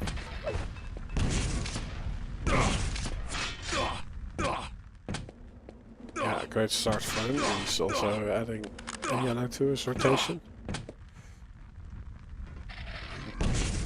Buckstain, who moves to the railgun but eats a full-on rocket while collecting that weapon. And I think that was also the first time he noticed that there was an attack happening.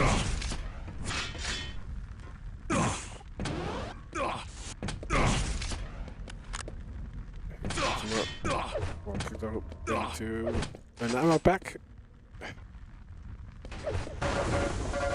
Maybe also expecting Buckstain to be around the corner. But that surprised him apparently. It looks dire for Buckstain. Oh yeah, that's Proximo with a lot of control going on. Yeah, maybe one light. Yes, one light, but it's also discovered by Proximo. So Proximo will have the timing for the next one.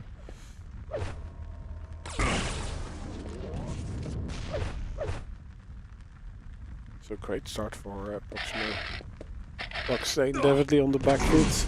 Oh, he does move on to this mega health unsuspect. So Proximo did not suspect that move, but he's still alive. There we have it. Now we're kind of back to the drawing board, but I was about to say Buckstain gets punished again. That would have been so unlucky. Yeah, a bit of a rough spawn for Proximo, but that's also part of the game. Oh, and he jumps onto a yellow where a rocket is on the way.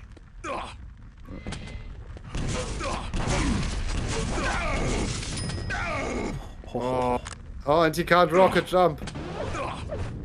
Now he could. Oh! And, what is this? Well, it ends up well. I think he's glad with that result, right?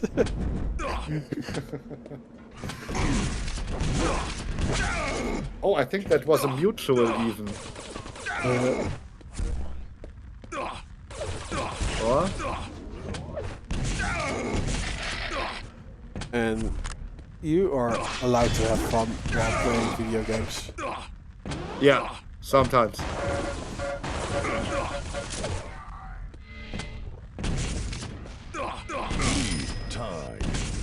Here we go, okay. Oh, he goes out of his way to the recovery room. Not even half the map is finished, and we already saw a decent lead by Proximo, made up for by Buxton. Good stuff so far.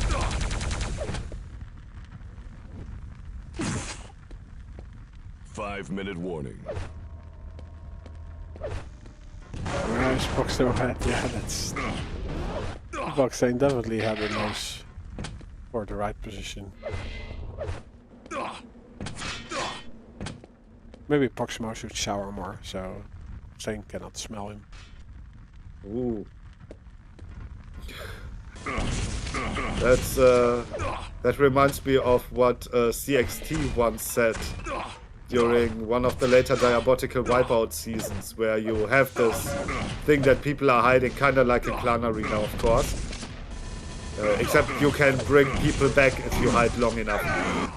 He just said, can't play hide and seek when you smell like shit. That's some deep wisdom right there.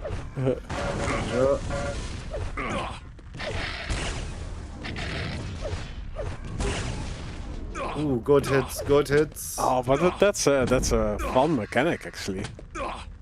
Or no, it is of course part of Wipeout, right? Because like every kill you make, the next respawn takes longer. Yeah. Right? Yeah. Yeah, yeah. So that's the thing. So you might end up with situations where you need to hide for like 40 seconds or something. And everybody's on the lookout. Yeah.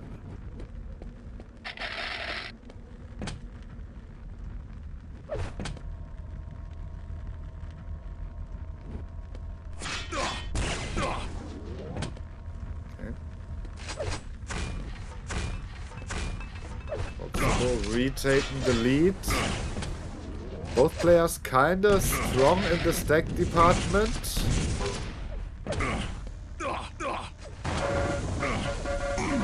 But yeah, no clear winner. Buxton moving in, but he's so much damage that he has to abort his attack.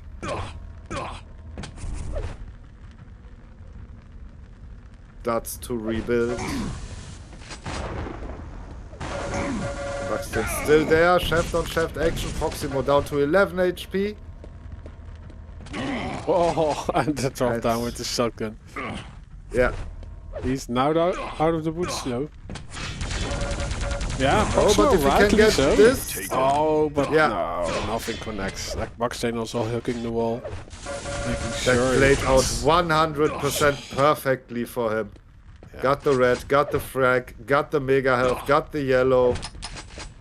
Did some additional damage, leaving Proximo weak. Basically, there's the finisher. Buxton cannot wish for anything else. This is almost perfect.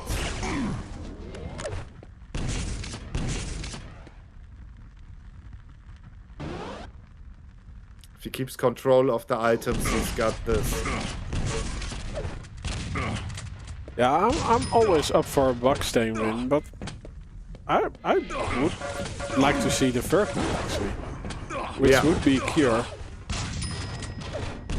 Also, you always have some sympathy for the underdog, and in this case it's Proximo. But yeah, Baxane is just as last map. Plays it quite well. Yeah. But it did not work out like that. Proximo just left the mega health up.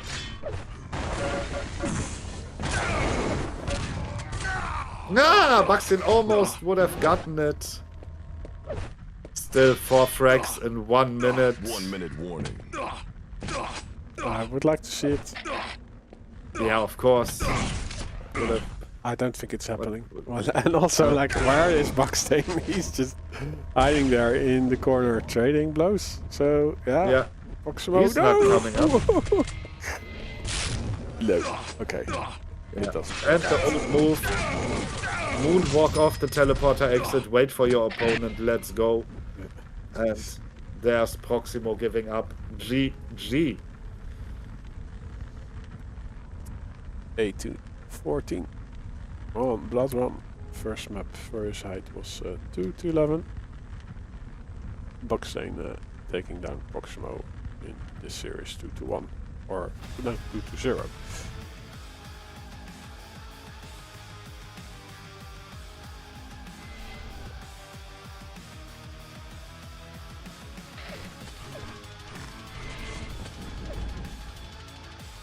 Okay, let's see what's next up on the menu. Helldown versus Pavel, and they are already on the server. Okay. And the pings are looking good, so we ain't gotta do shit this time. Well, yeah. Now, let's check the IP. Helldown versus Should I? Pavel.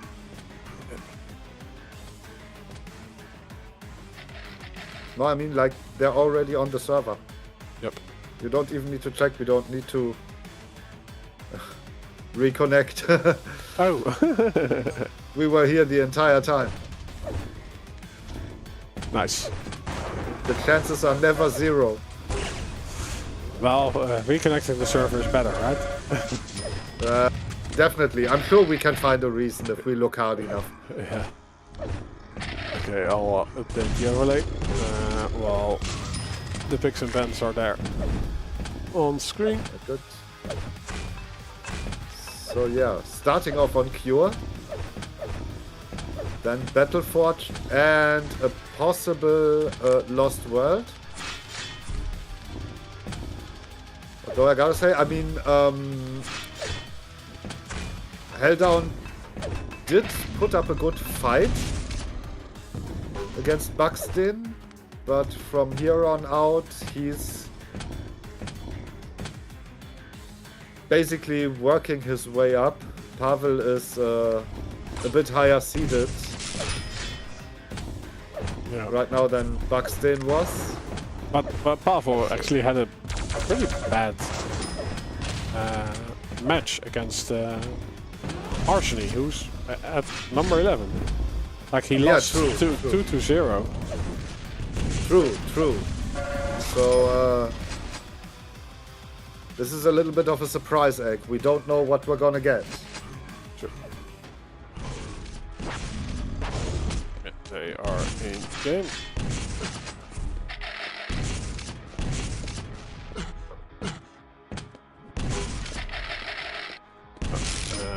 Pavel said 5 minutes, but I don't know when. Let's see. No, it doesn't show the time. I don't know. He's moving right now. Yeah. Maybe Pavel wants the time to warm up.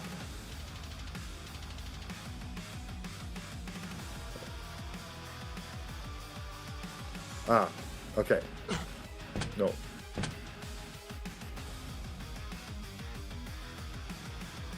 Yes. Okay. Cure is Helldown's pick. Yeah. Battleforge Pavel. Indeed, tiebreaker will be Lost World. Okay. I think I quickly grab something to eat.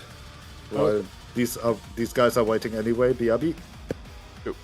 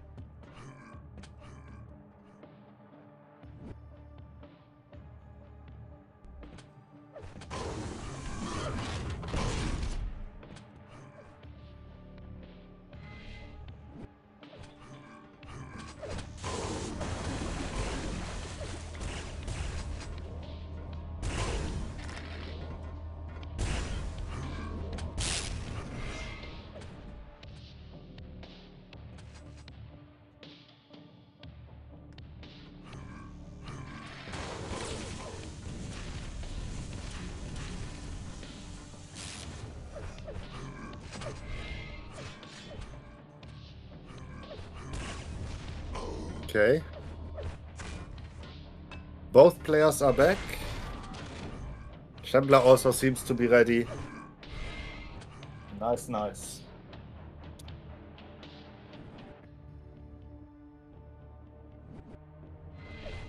Yeah, I'm also ready.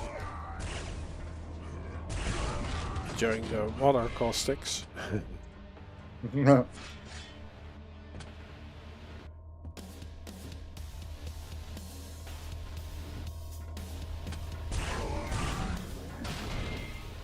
The little wobbly effect. Yeah. And also like the portal is also moving up and down. Yeah. You shouldn't look at this too much when you're drunk. Yeah. I feel like that would throw you off completely.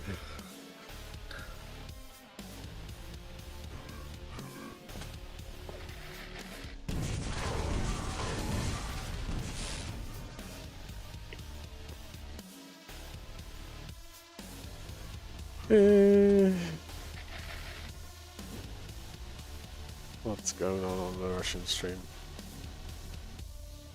Okay. So Helldown already hit that F3 key. Pavel should do so soon, I hope.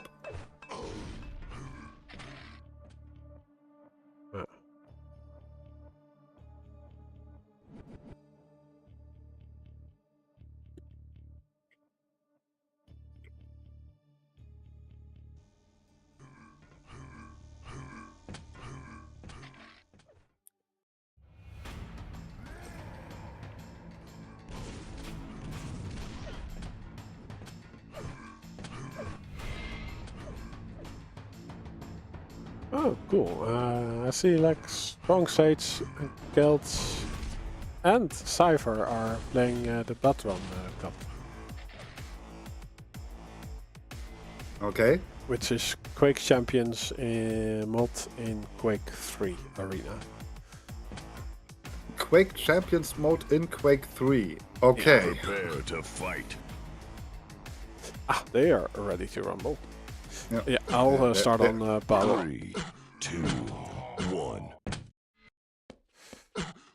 Okay. Yeah, there's things in this world I'm not trying to understand. Yeah. No.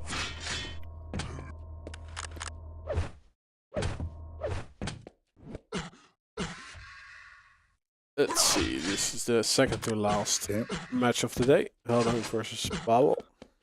Paolo got the red, Helldown the Mega Health. And like Paolo already played a match Helldown as well. Oh, Helldown just left the scene and didn't even go for the red armor. That means Pavel got everything. That's a huge advantage for now.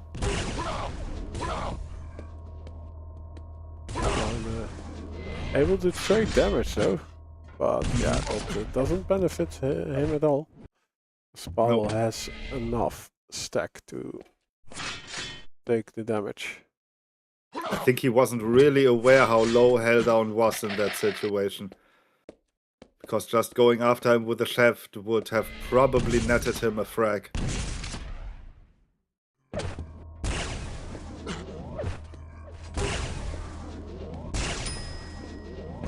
Okay. Well, There's one on the board. Goes his way anyway.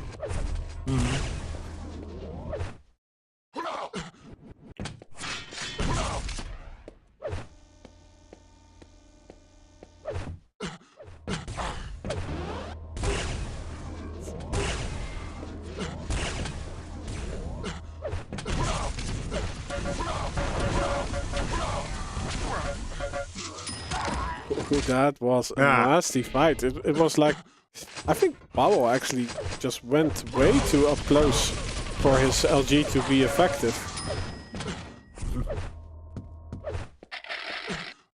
Because he basically walked past the model that he needs to hit a couple of times. And it doesn't look like he has the highest sense anyway.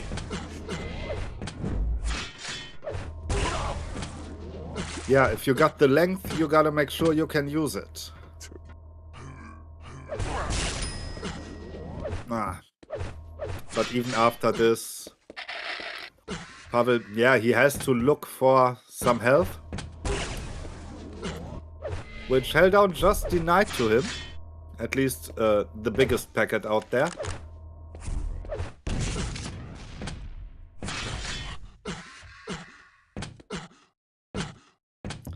Still, he did manage to get up kinda decently. Now with that 50 bubble, he could take another fight versus Helldown.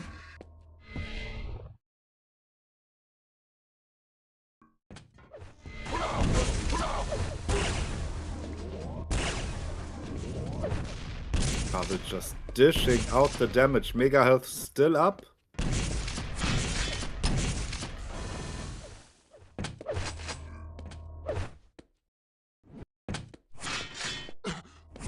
Items picked up at exactly the same instance.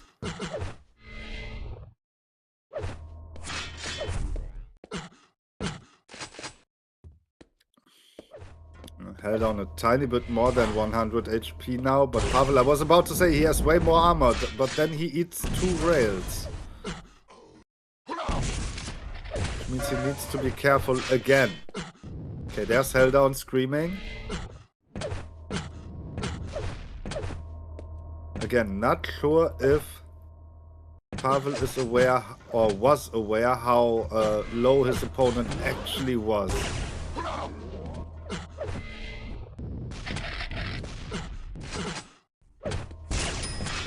Yeah, I think he's just playing his usual composed and controlled games, and then the frags just they come to him. Yeah, I feel like this is like okay, this is what I'm gonna do in this fight, and then I'm gonna leave. And if a frag happens, then it's good, and if not, then it will happen later. And meanwhile, he rules a lot of items from the map.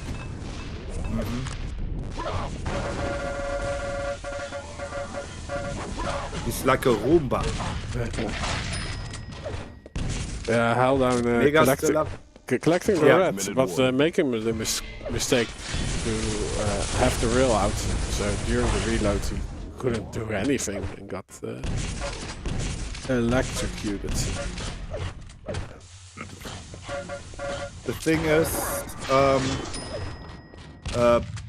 Pavel lost valuable time when he tried to pick up a red armor that was gone for a few seconds already. So in that time, Helldown could basically secure the next mega health. But yeah, who are we to say? He's still up 7-0, so whatever's going down, it's clearly working.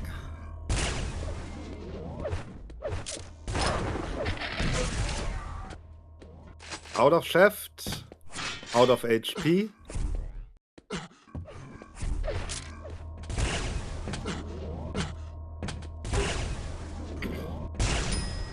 And Helldown getting the next mega health as well.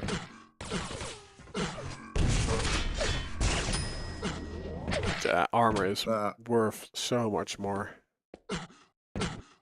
Yeah, at least the way Pavel is using it.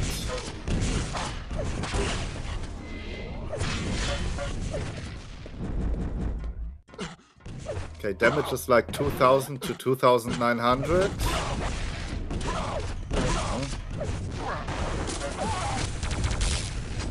And there's Helldown picking up frag number 1. But there's less than 3.5 minutes to go. Awesome rockets from Pavel. Look at that. Yeah. There was some great return damage from Helldown though.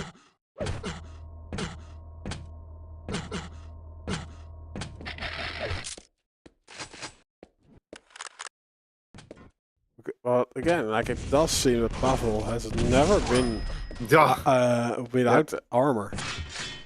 Like his health has been low for a lot of the times, but armor has never been down 200, I think.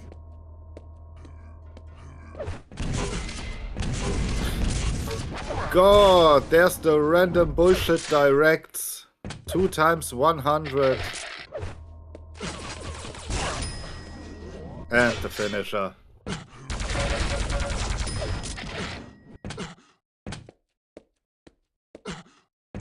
Yeah. Yeah. No chance for hell down here. But he's still soldiering on. Let's see, we can give him some screen time. Yeah.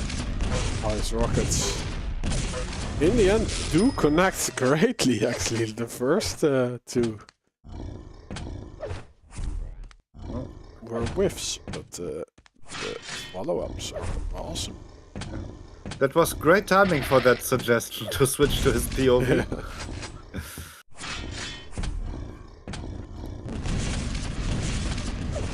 Yeah, and I feel like at this point, both players are vibing.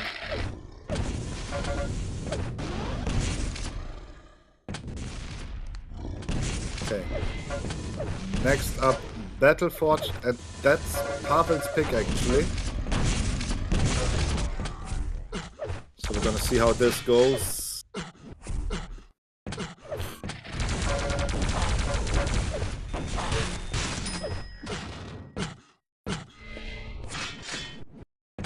One minute warning.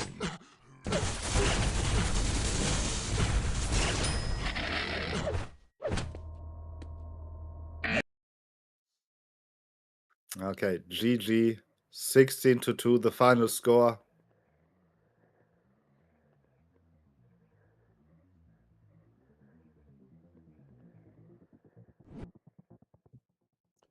Yeah, it did look a bit one-sided. Yeah, tiny bit. Helldown did get more mega healths, but that's about it. Yeah, but we Vote saw now. Pavel's focus was mainly on armor. Vote passed.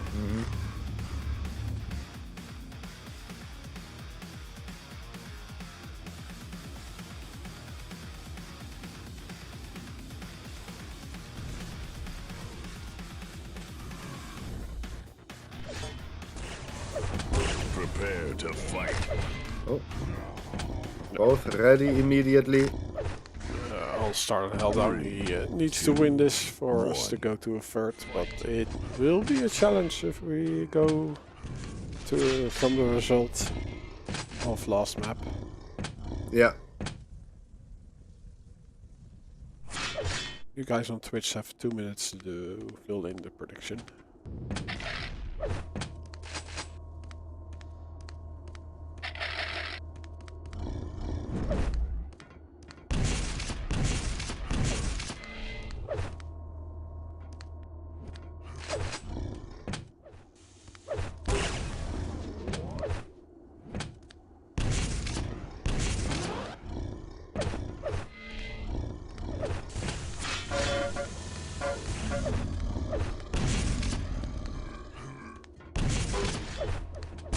Okay, good rocket from above. Oh, Helldown waiting for the portal exit, but also still out in the open. Goes on an adventure to where actually? Yeah, the yellow is still going to Pavel, but as soon as he goes around the corner, he gets treated on a rocket. So Helldown has a great start. Oh, he needs to be careful though. Real is hurting him. And that is where the delay from earlier bites him in the ass. True. He got additional damage for that on the last pickup, and this one, yeah, 1 second too late that it spawns. Sometimes big brain moves backfire.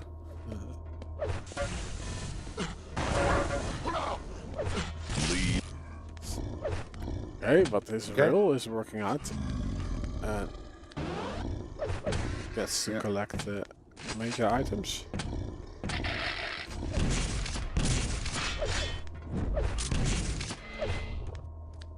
Yeah.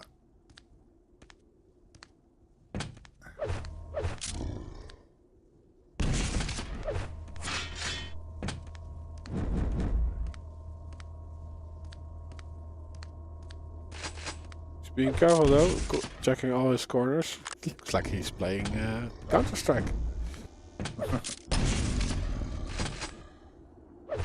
and he's also like, where is Paul actually? Okay, there we see him.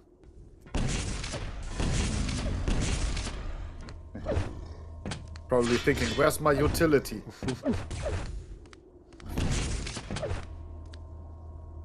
No smoke, no Molotov, no flashes.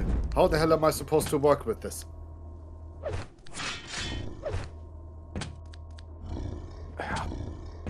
Paul has been absent for like a whole minute. Yeah, he seems to leave the map up to Helldown right now. But he did collect the heavy this time around.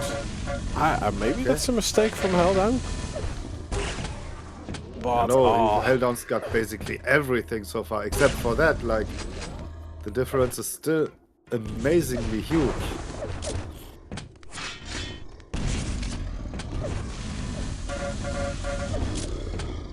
Let's go to Paul. Next red.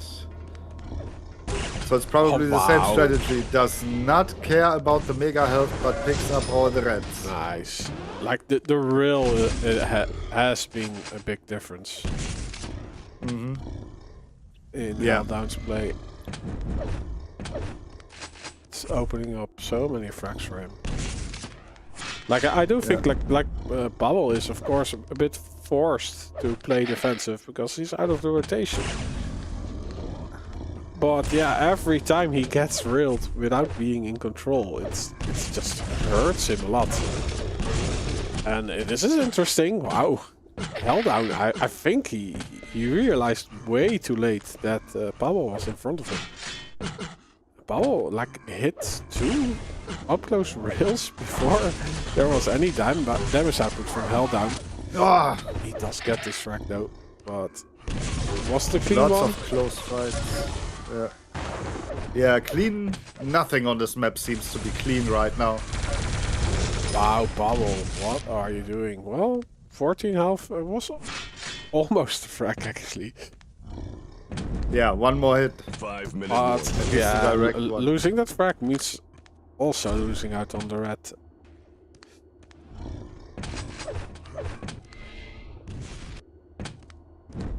But Pavel now with a mega pickup. Now if he's going for some armor, he might have something cooking here. Helldown. Yeah, the good position in the middle of the map. Where he can reach and hit lots of areas quickly. Paul now has been hitting unreturned damage. I think it's time for him to get a frag. Let's switch to him. Yes, there Coming we go. in. Yeah, didn't even need to work for that. Just wait. Although, like... Mega is up. Again, Pavel don't care. No, like Helldown spawned at the red, so he probably wants to see if he can do some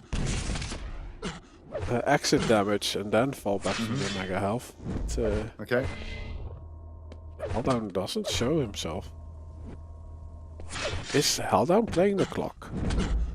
Already? Ooh.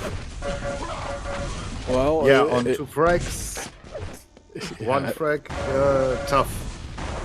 Definitely. Also, was that? Give me a second. Yep, that last one was actually a suicide. Helldown fragged himself with his own splash damage.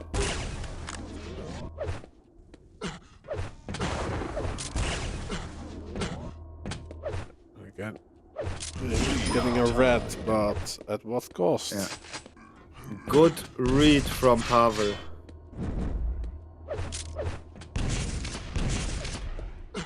Like, if it goes like this, then Pavel is fine with Helldown taking the items. Yeah, it's the frags that eventually win you the map, and that is what Pavel is getting.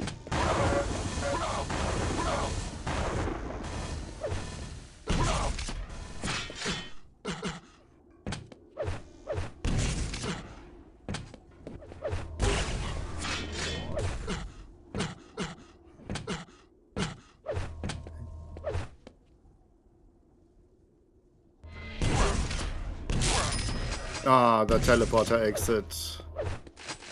Not good timing on Helldown's part. Cost him doubly.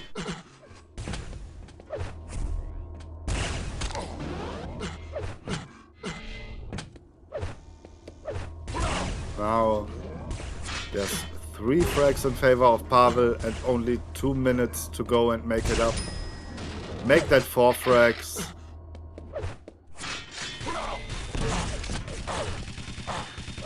Of course, respect on Helldown for that pummel. Oh, I just noticed that YouTube finds them abandoned. That we we don't have attention for chat, but the match has been really great. So sorry yeah, we haven't been responding, but like that, it's just way too interesting. Yeah.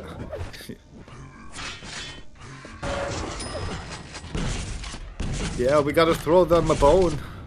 You don't want a YouTube uprising.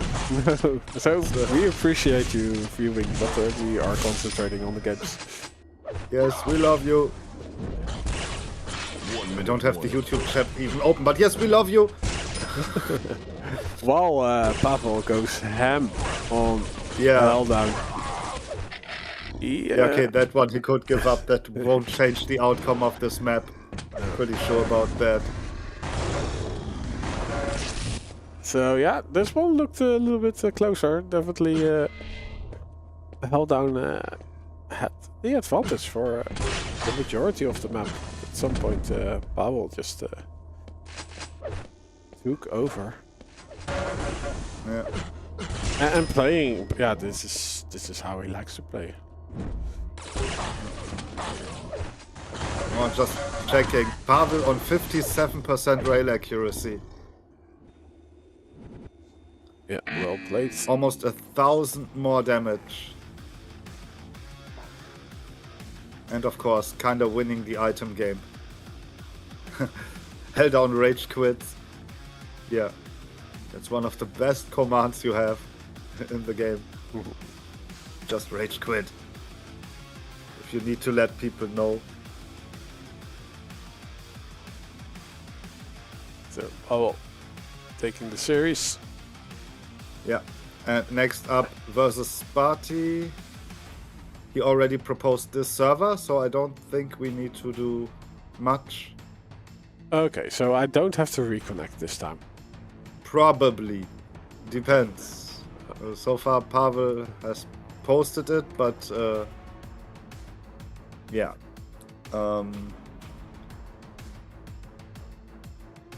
Yeah, Sparty still needs to show up, and we gotta see that the pings are good. Okay, so this is going to be the last map of today. Pavel versus Sparty. Let's look at the big cements. Okay, Sparty is here. Nice. Things are looking perfect, actually. So I suppose... Vote now. Yeah, we should do. And we are seeing Vote Aero Walk as passed. map number 1. Ooh, that is tasty. Yeah. And the stuff in my oven is gonna see me for a few seconds. I need to take it out so I can eat it Okay. later. Yeah, One sec. don't burn your mouth.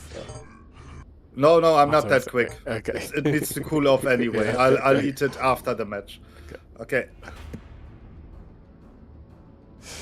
Let's see. So we have Sparty picking Airwalk, Pavel going for Sinister. The tiebreaker will be Furious Heights.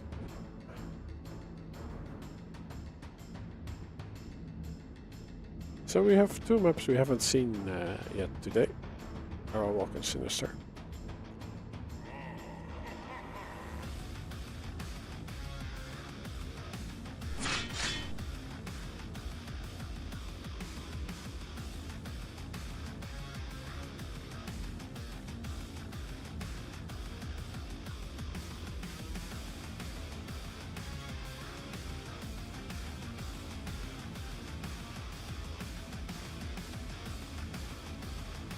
Players are both in the lobby. Or the lobby, the server, as you call it.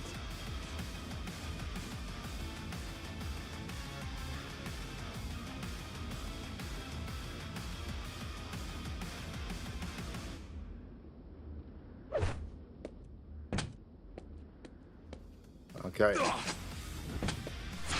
So I'm back. You can tell people on the server that we are ready.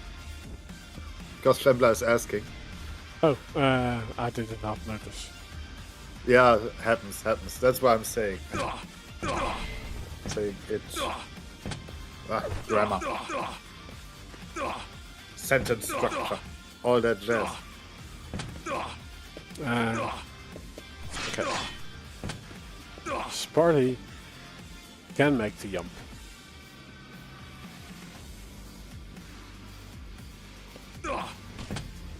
Prepare to fight. Okay. Let's get this show off the road. Last match of the day. 2, Sparty versus Pavel. fight. Yeah, I'm with Sparty. Oh, and I see that I still need to create a prediction. I will do so right now when the first frag going to Pavel.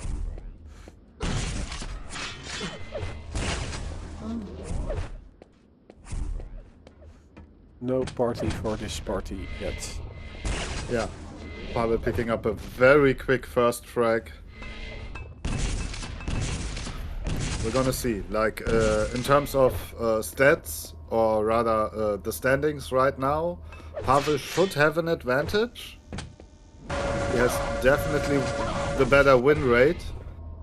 But again, I know that Sparty has been training a bit those last few days. Maybe that will make a difference. Hey, thanks for the resubscription, Lumis. Oh, Lumi. Much appreciated. Lumi. Great to see you. Yeah, Sparty. Yeah. As I said, no party for Sparty yet. Not yet. No.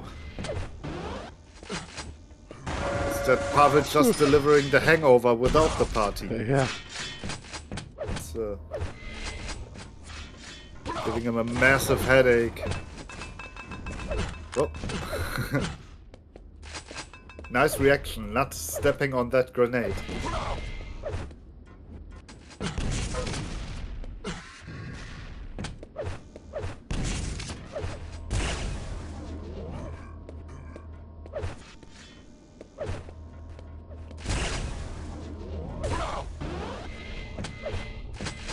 Pavel controlling so much right now. Got the last mega held. Oh, the damage difference so far. Pavel just casually tripling what Sparty has. Sparty on 350, Pavel on 1100. Well, 1300. Sparty got a whopping, I think it was 6 points of damage in that encounter. Sparty picked up almost 300. Okay, but there's at least 1 mega health for Sparty, which he has to pay for dearly. Not a single red yet. Oh, Sparty got more mega health so far, actually. But yeah, Pavel casually continuing with triple the damage output. Some sweet little combo in there. And oh.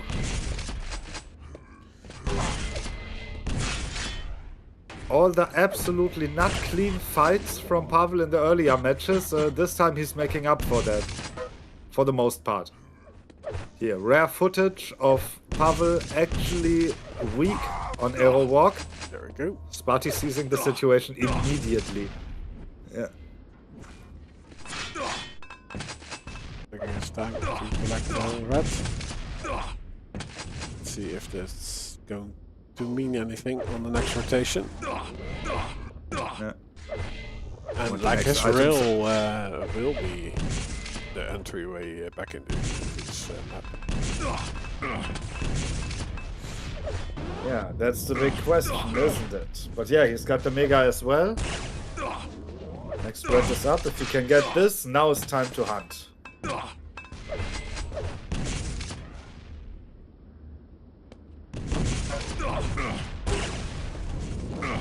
Okay, some good starting damage, but then he leaves him.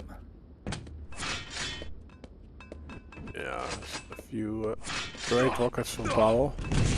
Now the fight on the heavy, yeah, it's positional advantage for Powell means a lot, but look, wow, he goes Good for play. it. Yeah. It's a very decent entry.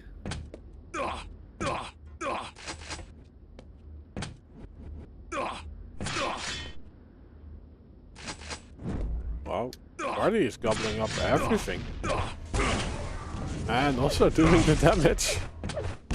Yeah, I feel like the momentum has completely shifted. Yeah. The party is starting. Yay. Boop, boop.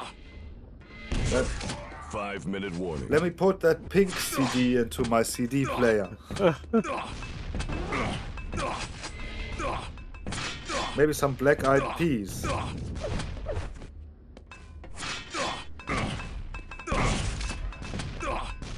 Oh, he was a little bit early. Or maybe it was intentional to get Pavel off his tracks. Like, make Pavel think that the red armor was picked up 2 or 3 seconds earlier than it actually was. That would be some very advanced mind games, to be honest.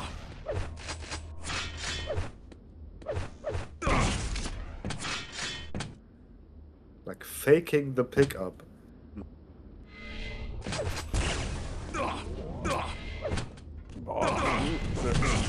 Calm Black back is maybe too slow. Yeah. Like I think the last frag took about 2 minutes or so. And there are only 4 minutes left while he needs to get 4 frags. So it needs to be quicker. Well, this one is in 20 seconds. He gets the next frag. Yeah.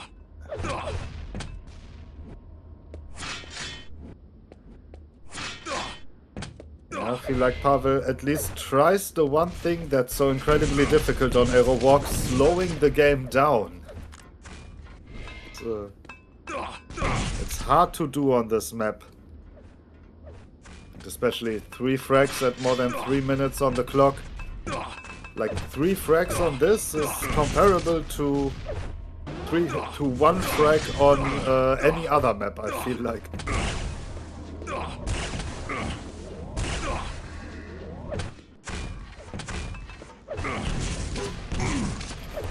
Good hit. Another good hit. But there he goes down, and that ends that run for now.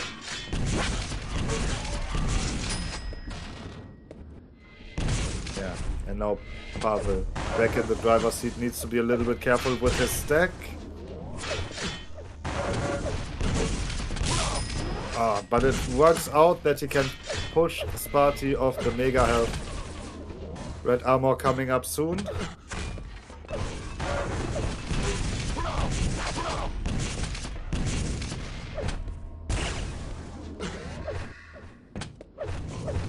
Yeah, I think this is also the mitigation of the comeback that should have been happening from Sparty's side if he wants to get back in this one.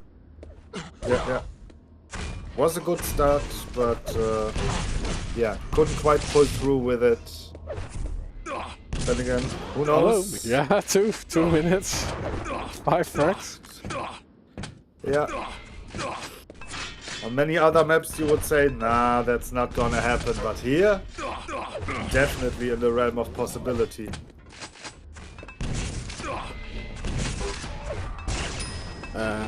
Someone already saying GG in Twitch chat, so I hope he jinxed it. No.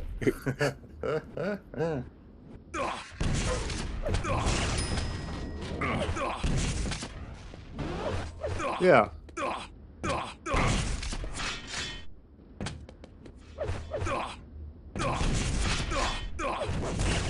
Purposeful jinx, go Sparty. Yeah. What the defensive rockets are awesome. Bravo. And Sparty's real gun is not winning any discussions right now.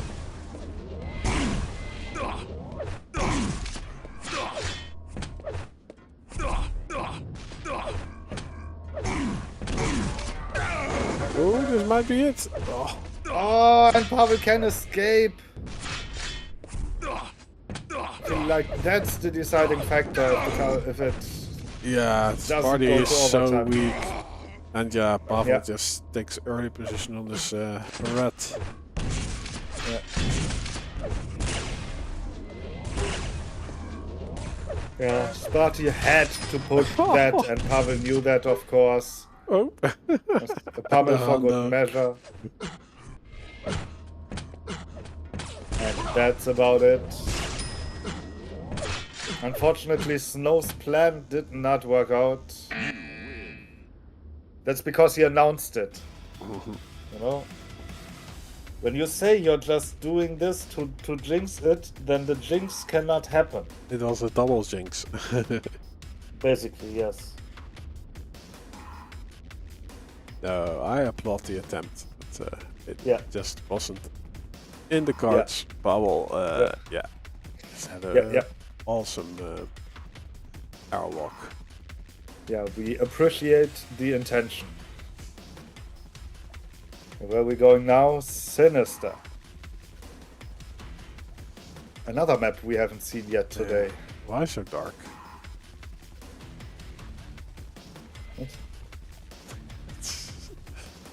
Well, why so Vote dark? now. Vote passed. Maybe it's from the DC universe. Ah.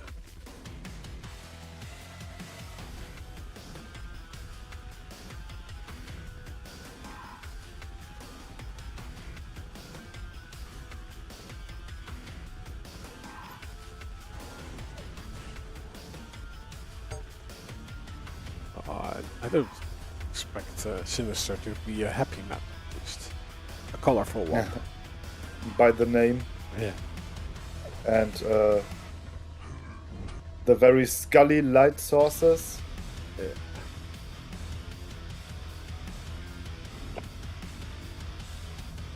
Prepare to fight. Yeah, Okay, here we let's go. start on Sparty. He needs to bring it back 3, for us to go to Okay. Furious Heights, which will be the tiebreaker. So first, Sinister. Yeah, that's the point. And I wanted to check. Okay, gotta say though, Sinister was Pavel's pick. And should he be able to carve out a bit of a lead for himself, we have seen how far Pavel can slow the games down. So I feel this one could suit him a little bit better even. Yeah, Sparty earning himself a full rotation. And also he Full denying rotation. the yellow. But, he doesn't even check if it's up. Full rotation on the first cycle. What the hell was Pavel doing there? Huh. Culinary thanks for the raid. He noticed that slowing down the game worked well for him on the last map, so he tried it from the get-go.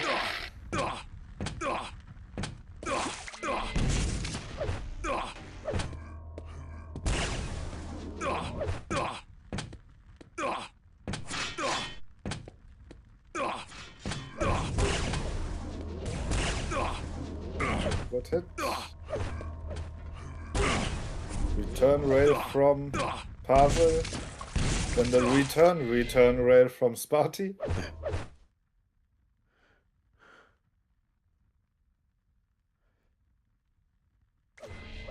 But currently, the red is his domain. Yeah. Not much he can do. Although Sparty managed to get Pavel pretty damn low. Yeah. He just And gets he's everything. He's still on the corner. Oh, what a spawn to get. My lord. And he spawns again there, over there. Oh, did he? No, it sounded like it, but he's actually the lower parts, the LG.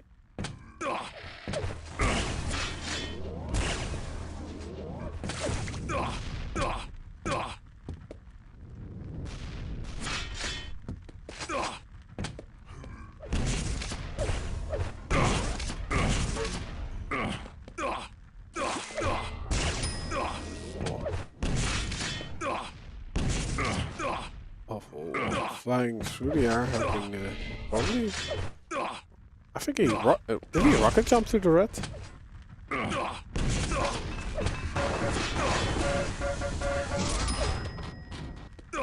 But yeah,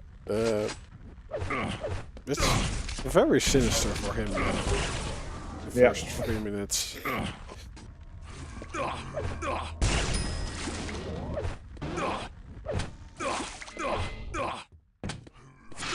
Shit, what a bad start for Pavel. Sparty just has everything. Pavel hasn't gotten a single red armor yet. After 3.5 minutes.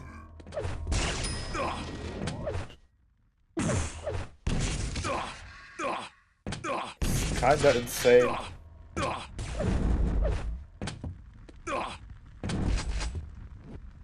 The same situation we had on Evo-Walk, just reversed, kinda. Sparty with about twice as much damage.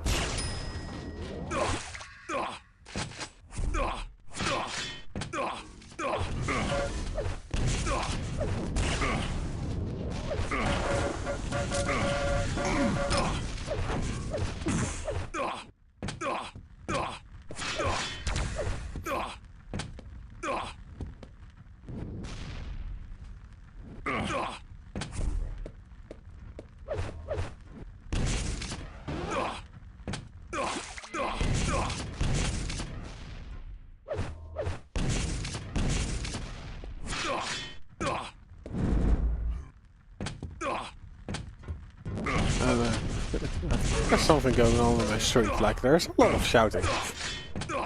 A lot of shouting. Yeah, I'm a bit distracted by it. Okay. Are you living in a problematic area? It does seem so. Like, well, like at the end of the street there is like a sort of shopping street, so there is some traffic over there, so maybe something is going on near a shop or something. Okay. Well, let's hope it's nothing serious. Just a few people having a disagreement and then going about their business. But between Sparty and Pavel, Sparty is currently winning the discussion. Yeah. Yeah. It's not much of a discussion, it's more a monologue. Oh, but look at the return damage. Sparty needs to get away. Needs to make sure he doesn't give an angle. Because he is on death's door now, especially. Oh, wow. Okay. Even with a rocket.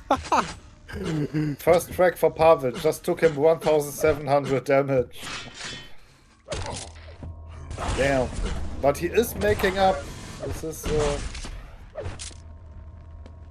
This could be the start of something. Question is, does he have timing on stuff?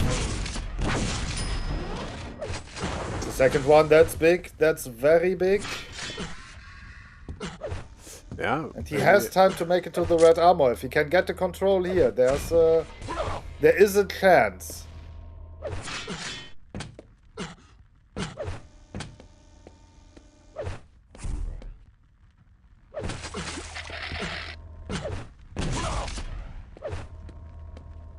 That next cycle might be difficult though. Only 4 seconds to get from the mega health to the red armor to do damage. Okay, that teleporter helps, of course. Okay, this one went to Sparty, and Sparty hitting all the rails.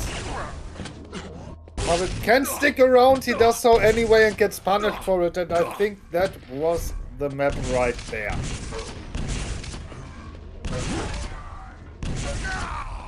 Nope, nope. Pavel gets one more, but he's super duper weak. Also looking at Sparty, yeah, regarding the Sparty hitting like an animal, 62% rail, 20 out of 32, 44% shaft, okay, 41% rocket launcher is a question, do you spam a lot or not? And I think nobody is spamming much on this map. But that's insane. And overall now 14 to 3 red armors. Unfortunately for Pavel, that doesn't change the situation that he's gotta make up for 6 frags in 2 minutes. And he ain't hitting those shots. There, he's giving up. Okay. So we're getting a third map for the last match of the day. Which will be the Furious Heights. Yes. Yes. Finally, we didn't have much Furious Height today. But isn't this also the first tiebreaker we have today? Yes.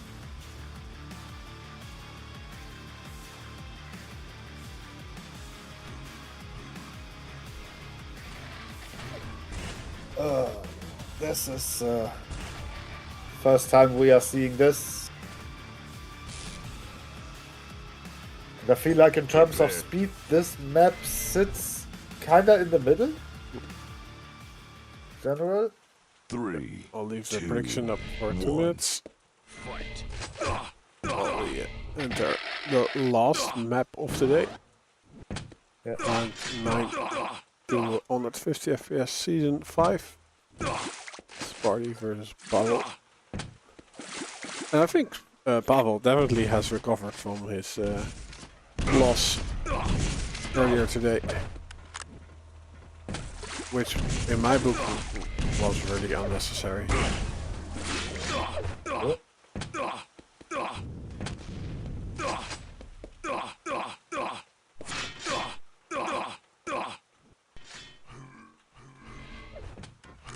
Okay, I think I had a bit of a connection hiccup there for a second or two. But it seems to be better.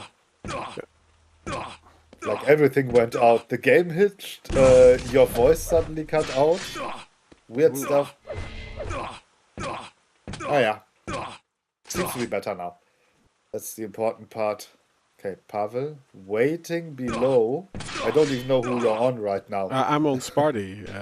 You're on Sparty. I'm just telling you where Pavel is right now. Well, it's nice to know, because Sparty is trying to lay out a trap. But he was actually the one who moved around the corner. So damage is traded. Is it though? Like, not in this instance. A lot of LG removing all the armor Sparty was working with. He does find the yellow. But I don't think he has been able to get any of the reds yet. He might go for this one. Is he staying alive? Yes. He's working on it. Oh, good hit by Pavel. Both players somewhat a little bit weak.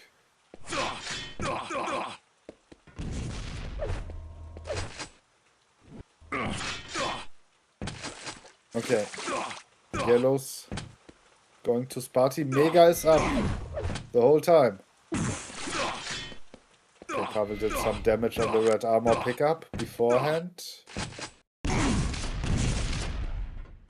And I think that rocket by Pavel did not do any damage on Sparty. It looks like the stairs have eaten everything. Yeah. Stairs. Okay, no. Quake and rockets, they are mysterious. It seems to be an ongoing problem in arena FPS in general, I feel like.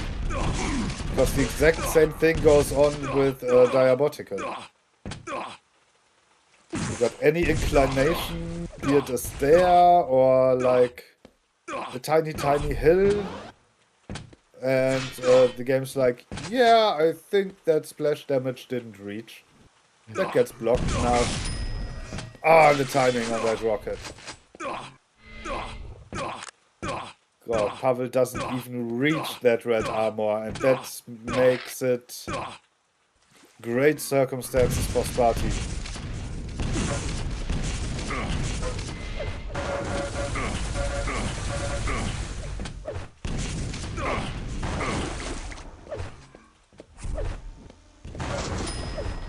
Oh, so weak.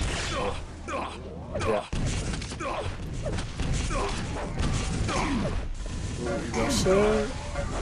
Some great damage in this fight.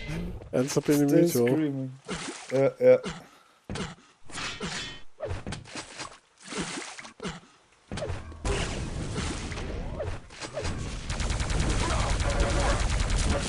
Oh. Sparty keeps this one. Still in decent health.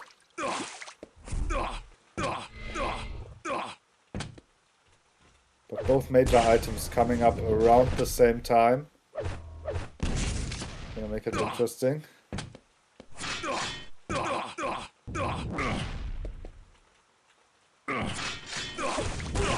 Sparty basically ignoring both.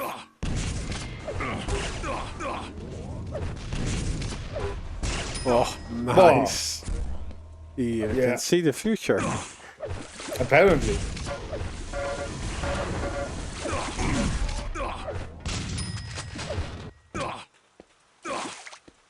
He's doing some there is no spoon shit.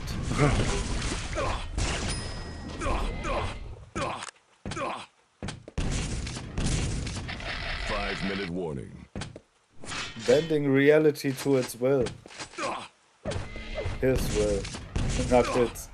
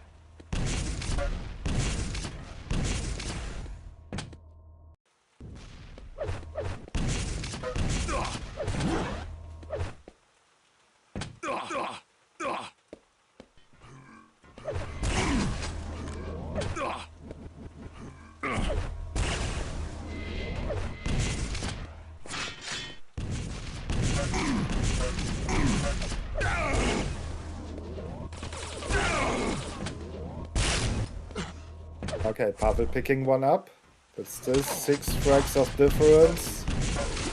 And a bit more than 3.5 minutes. Yeah. Just put it on the chest and pulled the trigger. Yeah. Ooh, that's a basically unimpeded mega pickup for Pavel. Was Buddy doing all the damage right now? Still, back to that 6 frag difference. Now soon to be 3 minutes left. I feel like despite the fact that Pavel has been getting everything for this last cycle, or what feels like everything, Sparty is not out of the woodwork yet, but it's looking increasingly good for him. Yeah, great. Like he just makes an appearance, does maximum damage. Also a fadeaway rocket. Yeah. And doesn't really get into trouble himself. Yeah. Basically shows up, cuts you back to size, refuses to elaborate, leaves. Also known as the chat strategy.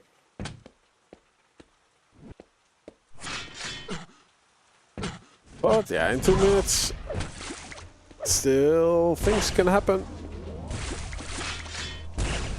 Ooh, is a challenge though. Such a huge map. Okay, I'm getting a little kick out of Kilson being Sparty's spirit animal. Yeah.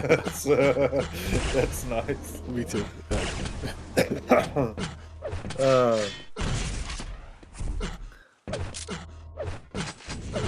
And yeah, but Sparty does a really good job of taking complete all speed out of this game. Whenever Pavel tries to do something funny, he stops well, them, this was funny. That's it. That was very funny, but that was the kind of funny that Sparty will not stop you from doing. Jeez. Yeah, that was 9-2. Or yeah. Oh, the same outcome as the last map. Sinister was also 9-2. So Arrowwalk 7-13 for Pavel. Yeah. Sinister. History rhymes. 9-2 Furious Heights 9-2 both for Sparty. So Sparty taking the victory in the last series of today.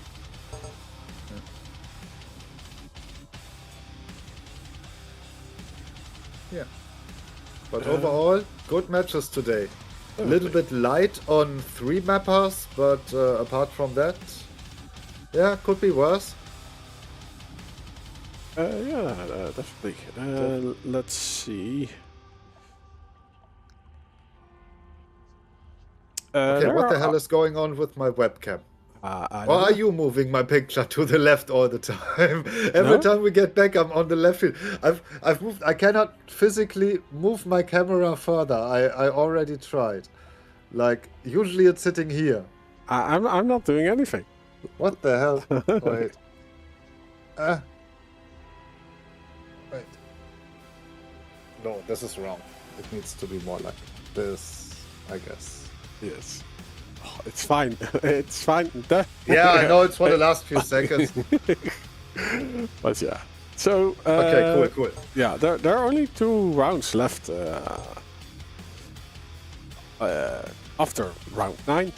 So this was round 9.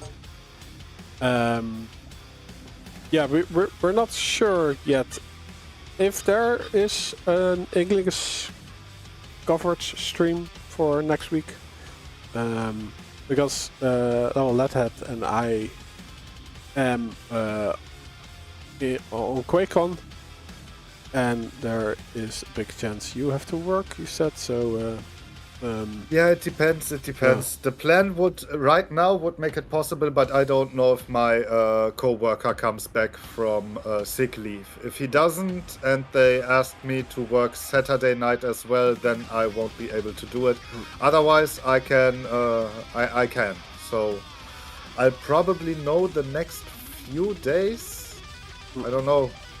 Maybe, yeah, if we just also stay in contact with NVC, maybe he will be able to do it if you're not around. Yeah, I'll probably know in 3 or 4 days at the latest if he calls in on the last day or the day when he should work, which would be okay, Saturday, I'll keep, Wednesday. Okay. I'll keep everyone updated on Discord, Twitch, and X. No, I cannot post something on Twitch. No, YouTube and X. So, yeah, next 200 FPS stream is not going to be on Saftastic TV, but either on Satan Inside or just NVC. Yeah, so as I said, Ledhead and me will be at QuakeCon, so we'll try to stream the BOC tournaments. It's always the question, like if the bandwidth is there. So if it's not there, then we'll just record it for YouTube. Unfortunately, there will be no YouTube live stream from QuakeCon because even if there's bandwidth, there's not enough to do a dual stream. I did message them again, but I never get anything in reply. So it's just going to be a guerrilla stream. We'll just bring our stuff, place it down, and try to cover as much as possible. And we will be also playing ourselves. So because you are at QuakeCon, you play Quake. Yeah. So thank you all for being here, for the participation in chat, the follows, the rates. Thank you, Clonary, the resubscriptions, Luminous, and we have had the giant emote from Xertrix. Again, Feet The Fetish. Foot Clan. Yeah, and Kilmail also subscribing with Twitch Prime. And thank you, Satan, of course, for being there today. Always my pleasure. Cool. always cool. Yeah. Okay, well. Good stuff. Do you have any parting words for us today? Not really. Thanks for being here, and hope you enjoyed the show. Hopefully I can do something next weekend. But hope to see you around either way, and I hope you have a great rest of your Sunday and a good start into the week. Yeah, that's about it, I guess. I agree. Yeah. Well, good night, good fight, and see you guys later. Bye.